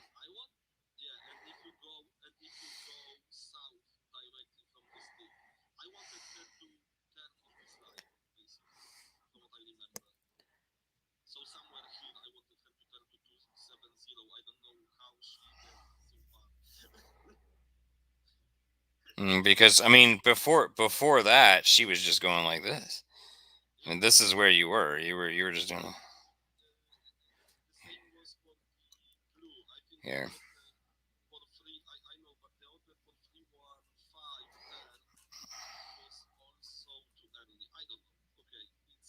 Here, watch. No, some of it can be my chaos too, getting the orders and putting in. But let's take a look at it then. Let's.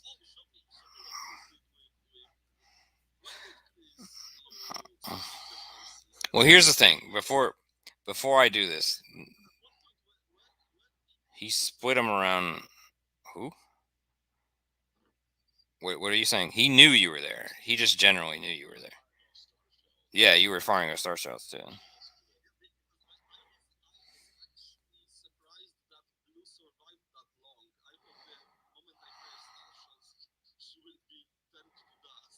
Well, no, because he didn't want to mess with you, really.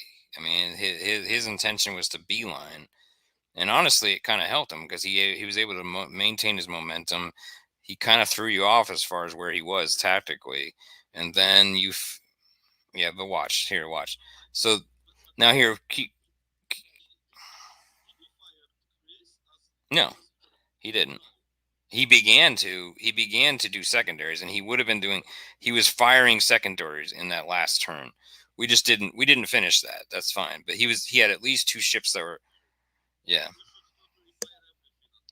That was the one question I had. Why were you hesitant to fire your larger caliber shells?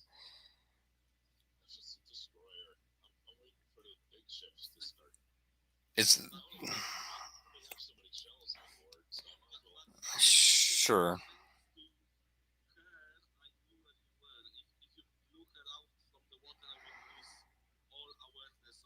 Or at least you may have taken out his radio, which at that time he this guy was single-handedly relaying all the information.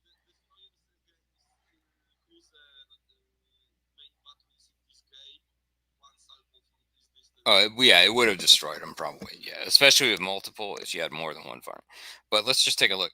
Now here, what you're going to see is you're going to see things jump around a little bit because what I was doing is what I was having to plot everything with the lead and then I had to readjust. So you're going to see a lot of jumpiness, okay? So always look at the lead ship as we're doing this, okay? So all right, so here we go. So again, you'll see this lead. I'm going to correct this. Yeah, you see how I correct it, and then this was just a mistake right there. I fixed it here. Yeah, there we go. So then this is where things got really close. So this was the northern group turning and maintaining its formation and patrol. This is Talbot moving more towards here. This is Helm. He's going to go like this. Jarvis is just limping along. He can't go very fast. He's been damaged. If you read back up on the battle, Jarvis didn't play. Jarvis, if anything, Jarvis was a mistook for Japanese surface forces at times during this battle. This guy was just in the way, really, historically, and that's why I was playing him. So then this was the interesting part. He split the division, and then he also split the forward division.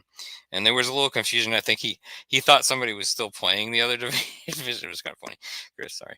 And it was so that's why this kind of naturally occurred. But it actually, I think, like when I've played this, I have usually split it into two, like almost Nelsonian Trafalgar, uh, because when you have a huge line. But here's the thing: as soon as you do that, you lose. You would have started to lose, continuity of position where your friendlies were. So if you did have another human player, right, at this point, this things would have been a little bit. You might. There's a point where you would have confused these guys with these guys, and you'll see that here in a second. As these guys start to get closer, this is where the visual. This is where at this point here, actually, both sides probably they're right outside of visual. It's here that this is visual. Both sides now. Both sides. Both.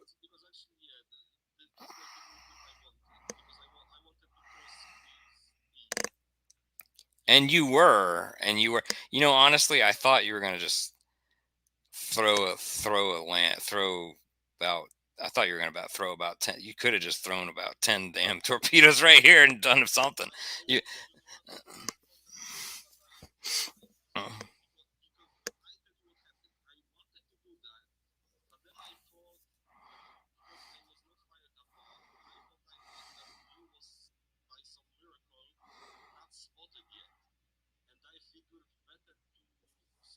well, that was the unknown. That was the unknown.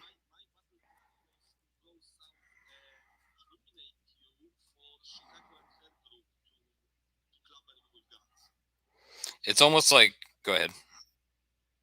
Go ahead, Chris. I think.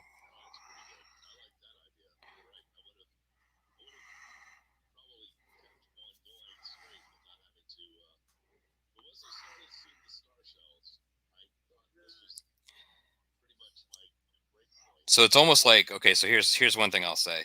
One thing Tom might have been able to do different is not do the star shells because he didn't know necessarily if they knew his exact position at that point. Yes, that's exactly right. I remember you saying that. And it kind of did. It kind of did. Well, it kind of did, right? And maybe subconsciously, like right here. I mean, this is where things. It was a very interesting. This is really. I love this thing. Yeah, I love hot washes with Simplot. Yeah, very interesting. And I mean, unfortunately, if we had like triple time, this would have been this in particular. Talbot coming down, I think, would have made an interesting. This would have been very difficult. I would have liked to have seen what this would have ended up doing because he would have had no idea who was who here. There very well could have been friendly fire. I think potentially here if um. So the only other thing I'll say on my part is I think it would be good to have at least three judges, and then having these guys entirely separate, which we sort of tried to do, and then I just think it would have been added. What was really interesting to me, from my perspective, was that radio comms had to basically shoot around the island because you couldn't. Your radio transmissions with TBS were kind of blocked by the island here, limited here. So most of the stuff was delayed for the Allies when it probably normally wouldn't have if this wasn't here. So that was interesting too, I thought. And then physically, this is a limitation. And then honestly, the Japanese probably would have had a relative idea that they were headed towards Guadal and they would have seen it at this point, but that was going to start to play a potential factor here too. Go ahead.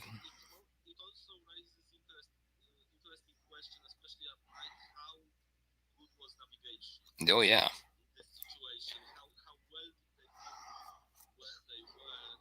especially with a in the battle, it's depicted as being a new moon, right? But in the command at sea scenario, it's right.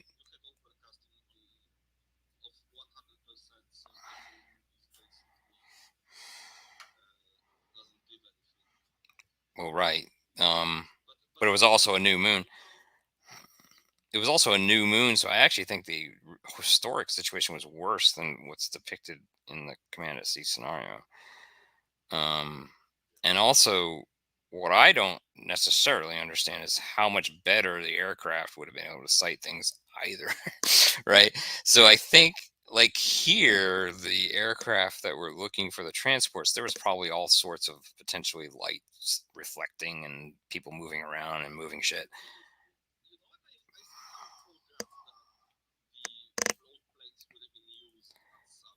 Well, they were. That's actually what they heard. Like there was sightings from Vincennes of aircraft over Savo, and they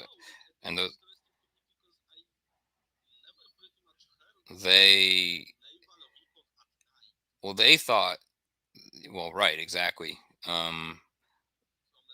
Well, they have to have radar usually. Now if a float plane doesn't necessarily, because it doesn't have to land, right? I mean, it doesn't I mean, well, it doesn't have to land on a pitching ship. Well, they have with flares, right? Well, right, and not to mention not flying smack dab into the island really at that dark. I mean, it was pitch dark. So I don't know. Right, and if you use the command at sea rules verbatim, then they probably wouldn't even be able to see them unless they're about that close to them too. So I had what yes, and they would have been at that point, yes, and because it was pitch dark.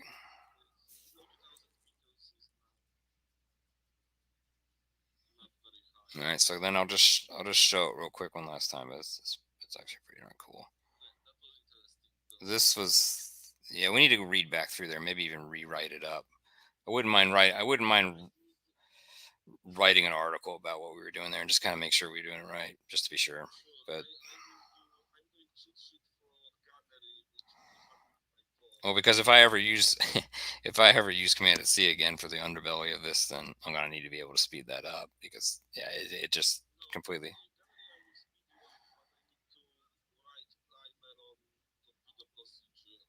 right. Yeah. Well, I just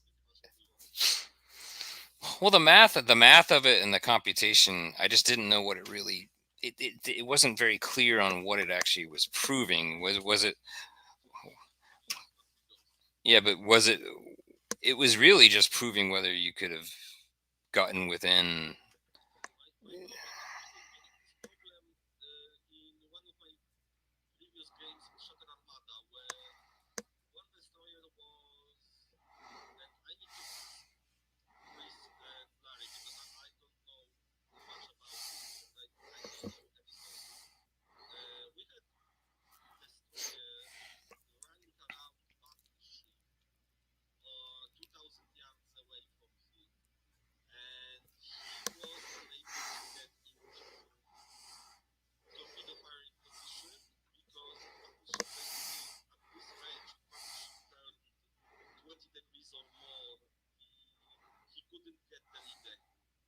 right, right. That's exactly right.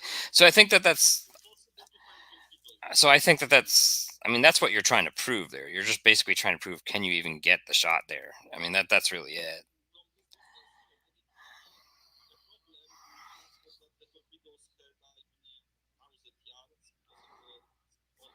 Right, and you didn't necessarily know how far this was going to be right here at this point either. So that, and he was quick.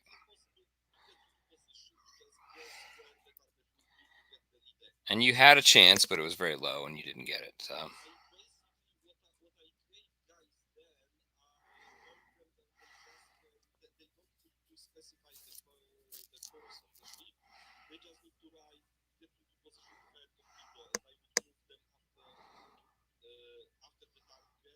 I mean, yeah, at that point you're just you're determining whether you could do it or not, really. That's what I yeah, I'm going to go read that about 10 times over. Go ahead, Chris.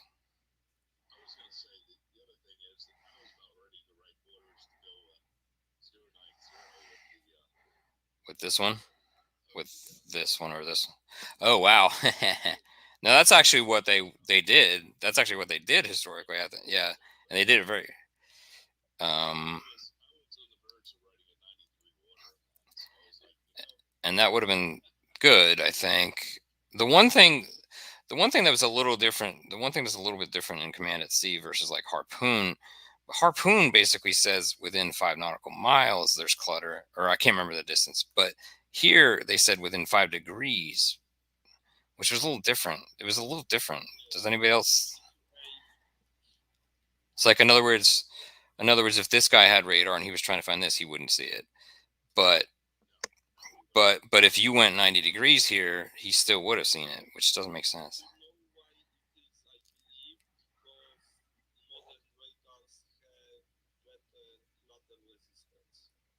Okay,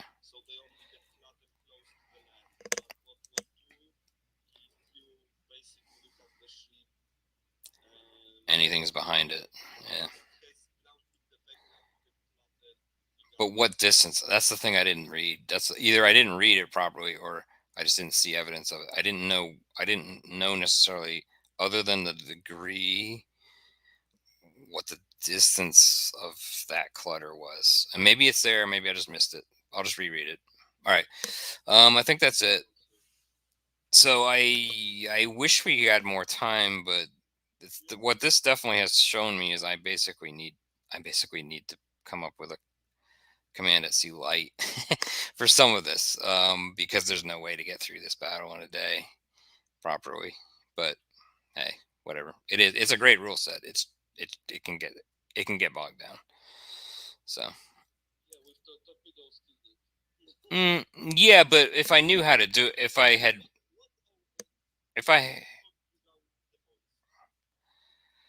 just why I was even bothering with all that computation, really. I mean, honestly, I wish I just knew that, hey, I was in arc. Hey, I could have aimed it. Which table should I use? Like, I should have been able to just I should have been skipped.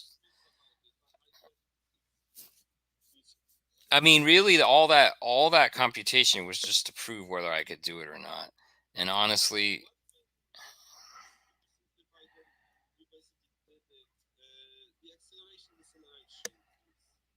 yeah, I did that. I don't know if you saw me do that, but what I did is I did it as a slowed down U. Like, for example, like you were going quick. You were going to like 36. I think what I did was I did it as a turnaround, but I deflected you. I don't know if here. I don't here. Watch. I'll show you. I think you can actually see what I did. You'll see that I actually pivoted him a bit. I relocated him. I actually have.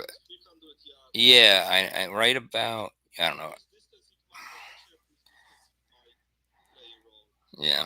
What I did is I basically horseshoed him because it takes a certain amount of time to. I mean, especially at that speed, you got to slow down to turn that.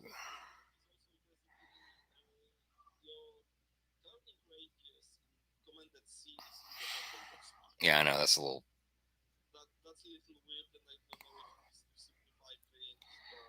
Yeah. All right. All right. Well, it was fun. I learned a lot. I learned a lot about what to do. I learned about what not to do. I learned about what's important.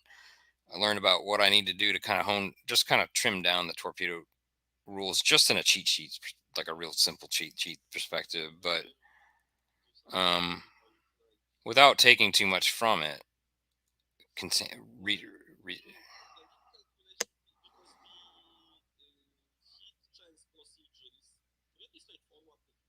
Yes, exactly. That part's quick. That part's quick.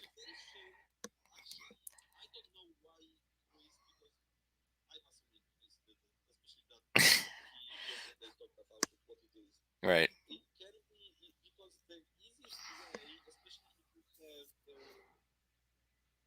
You should be able to determine based on where you're at. It's like dead reckoning,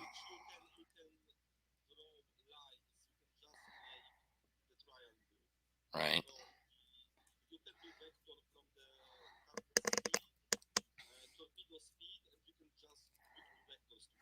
So this is the thing. You're planning it based on what you're seeing at that moment, but it didn't actually. That's another thing, right? But that's the thing. Here's the thing: the rules as written, you have to write them during the planning. Where does this? Okay,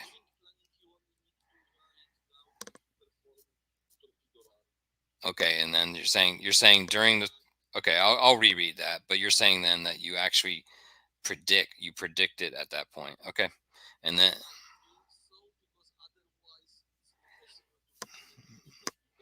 well then I need to figure out how to do that in a Kriegspiel because timing wise, you know people are going to know torpedoes are going to war just because time is freezing.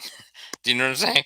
Like, in other words, if you don't pre-plan that and say, "I'm going to fire my," I would actually prefer people just say, "I'm going to fire my torpedoes at the most best angle during the firing phase," and then just let. Well, then, yeah, there's just something there that you have to, like. You got to let your crew do that. You're ordering the firing. So this is the thing. We're not watching U-571, right? You're not just picking it up and saying fire, right? In this in these rules, you're the captain and you're just saying, and especially on a surface ship, you're just saying fire torpedoes when optimal. Really, is what you're saying. You're telling to your weapons officer, fire their torpedoes at that target when it's the most optimal time to do it within, as soon as you can, and then you just let it go. I mean, I feel like it overcomplicates it at that point by having to physically compute it. It's just like your officer is going to compute it, and they're going to tell you if they won't hit it, right? I mean, just based on what you know. And then what the interesting thing is that he could very well, within that next tactical turn, he could have changed course and speed. and that would have absolutely screwed up. So what I would have preferred to do, I would have preferred to just put a darn torpedo, my torps. I would have rather let Simplot figure it out by just throwing them in the water like this. I would like to just throw them in the water, give them an angle, and let Simplot tell me if it hits it. Watch. I mean, why not do it literally? Why not just throw it in at whatever the hell degree and let it do it? Just let it do it like that, and then I would have known if it would have potentially hit it.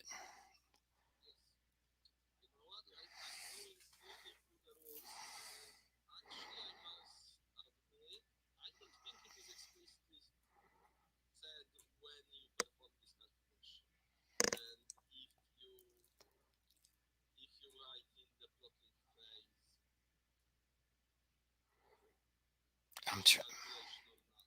Let's go back. I mean, hold on a second.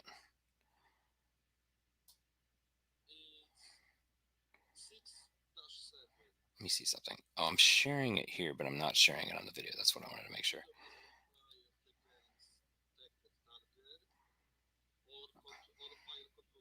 But when does it happen? Hold on. Let's go back to the phases, and let's.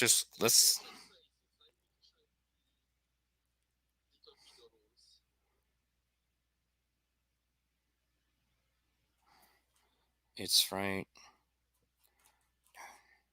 here. It is right here.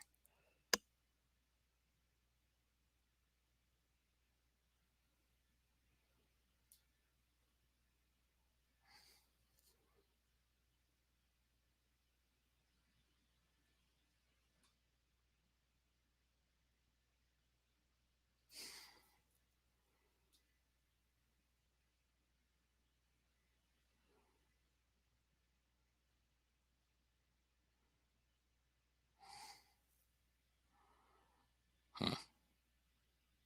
Yeah, the planned firing occurs after the movement. So you're saying, so after the movement, which would be right now, you would plan where to fire this. So what? So here's the really rough thing here is that you would modify this guy, and you need to be about damn 195. That's gonna be my guess. That's not gonna hit him. You'd have to be this. That's why it's so rough for this hit because you need to modify it like this. You'd have to be like, and then this guy can change speed at that point. He can change course and speed at this point. And that I think next time I'm just gonna let Simplot do it. And then if I get within 500 yards, then I go to the table and be done with it. I overcomplicated it while I was doing it. I worried too much about that chart. I'm just gonna forego that chart and let Simplot figure it out. I mean, that's how we do it in Harpoon.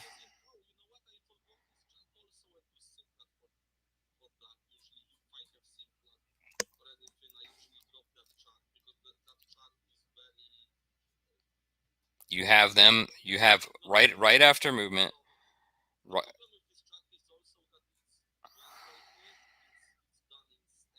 right.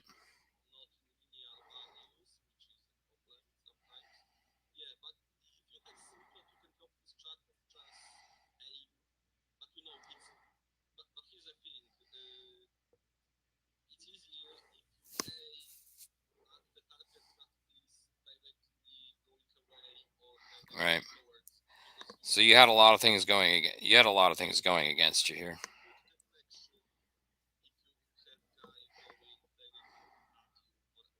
I'd rather the captain dead reckon it. At that point, I mean, why not just dead reckon it? And then if he changes his course and speed that next turn, that's him changing his course and speed. You'll still get. That's why you should be firing at lines of targets, not just a single target. For me, a single target is almost very difficult to. It's very difficult to hit. Very difficult to hit.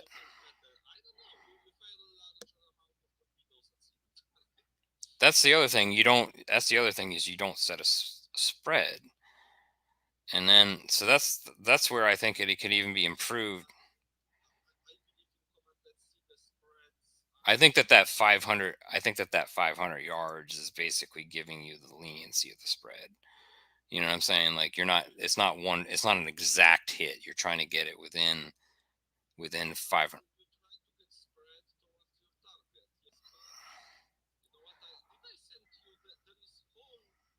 What I think, uh, right? Yeah, a house rule could be that like you had a 10 torpedo spread. That's huge in comparison to a submarine spread, right? So what my these long lance attacks from these were killer, right? So if you hit if you sent 10 within, you kind of maybe need to give it a gimbal limit there where you wouldn't want to go beyond a certain degree, but at least within a certain distance, within short range, let's call it one tactical of the torpedo 45 knot. I would think that maybe by that, how many tacticals had been, the probability would change. And then the spread, you'd pick the middle of the spread, and then there would just be the aperture of that 500 yards might be different.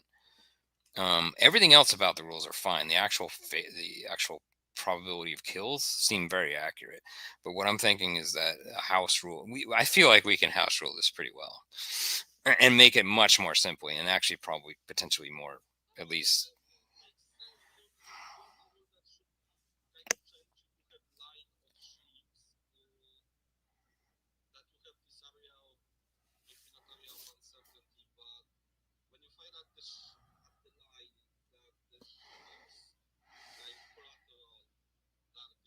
Right.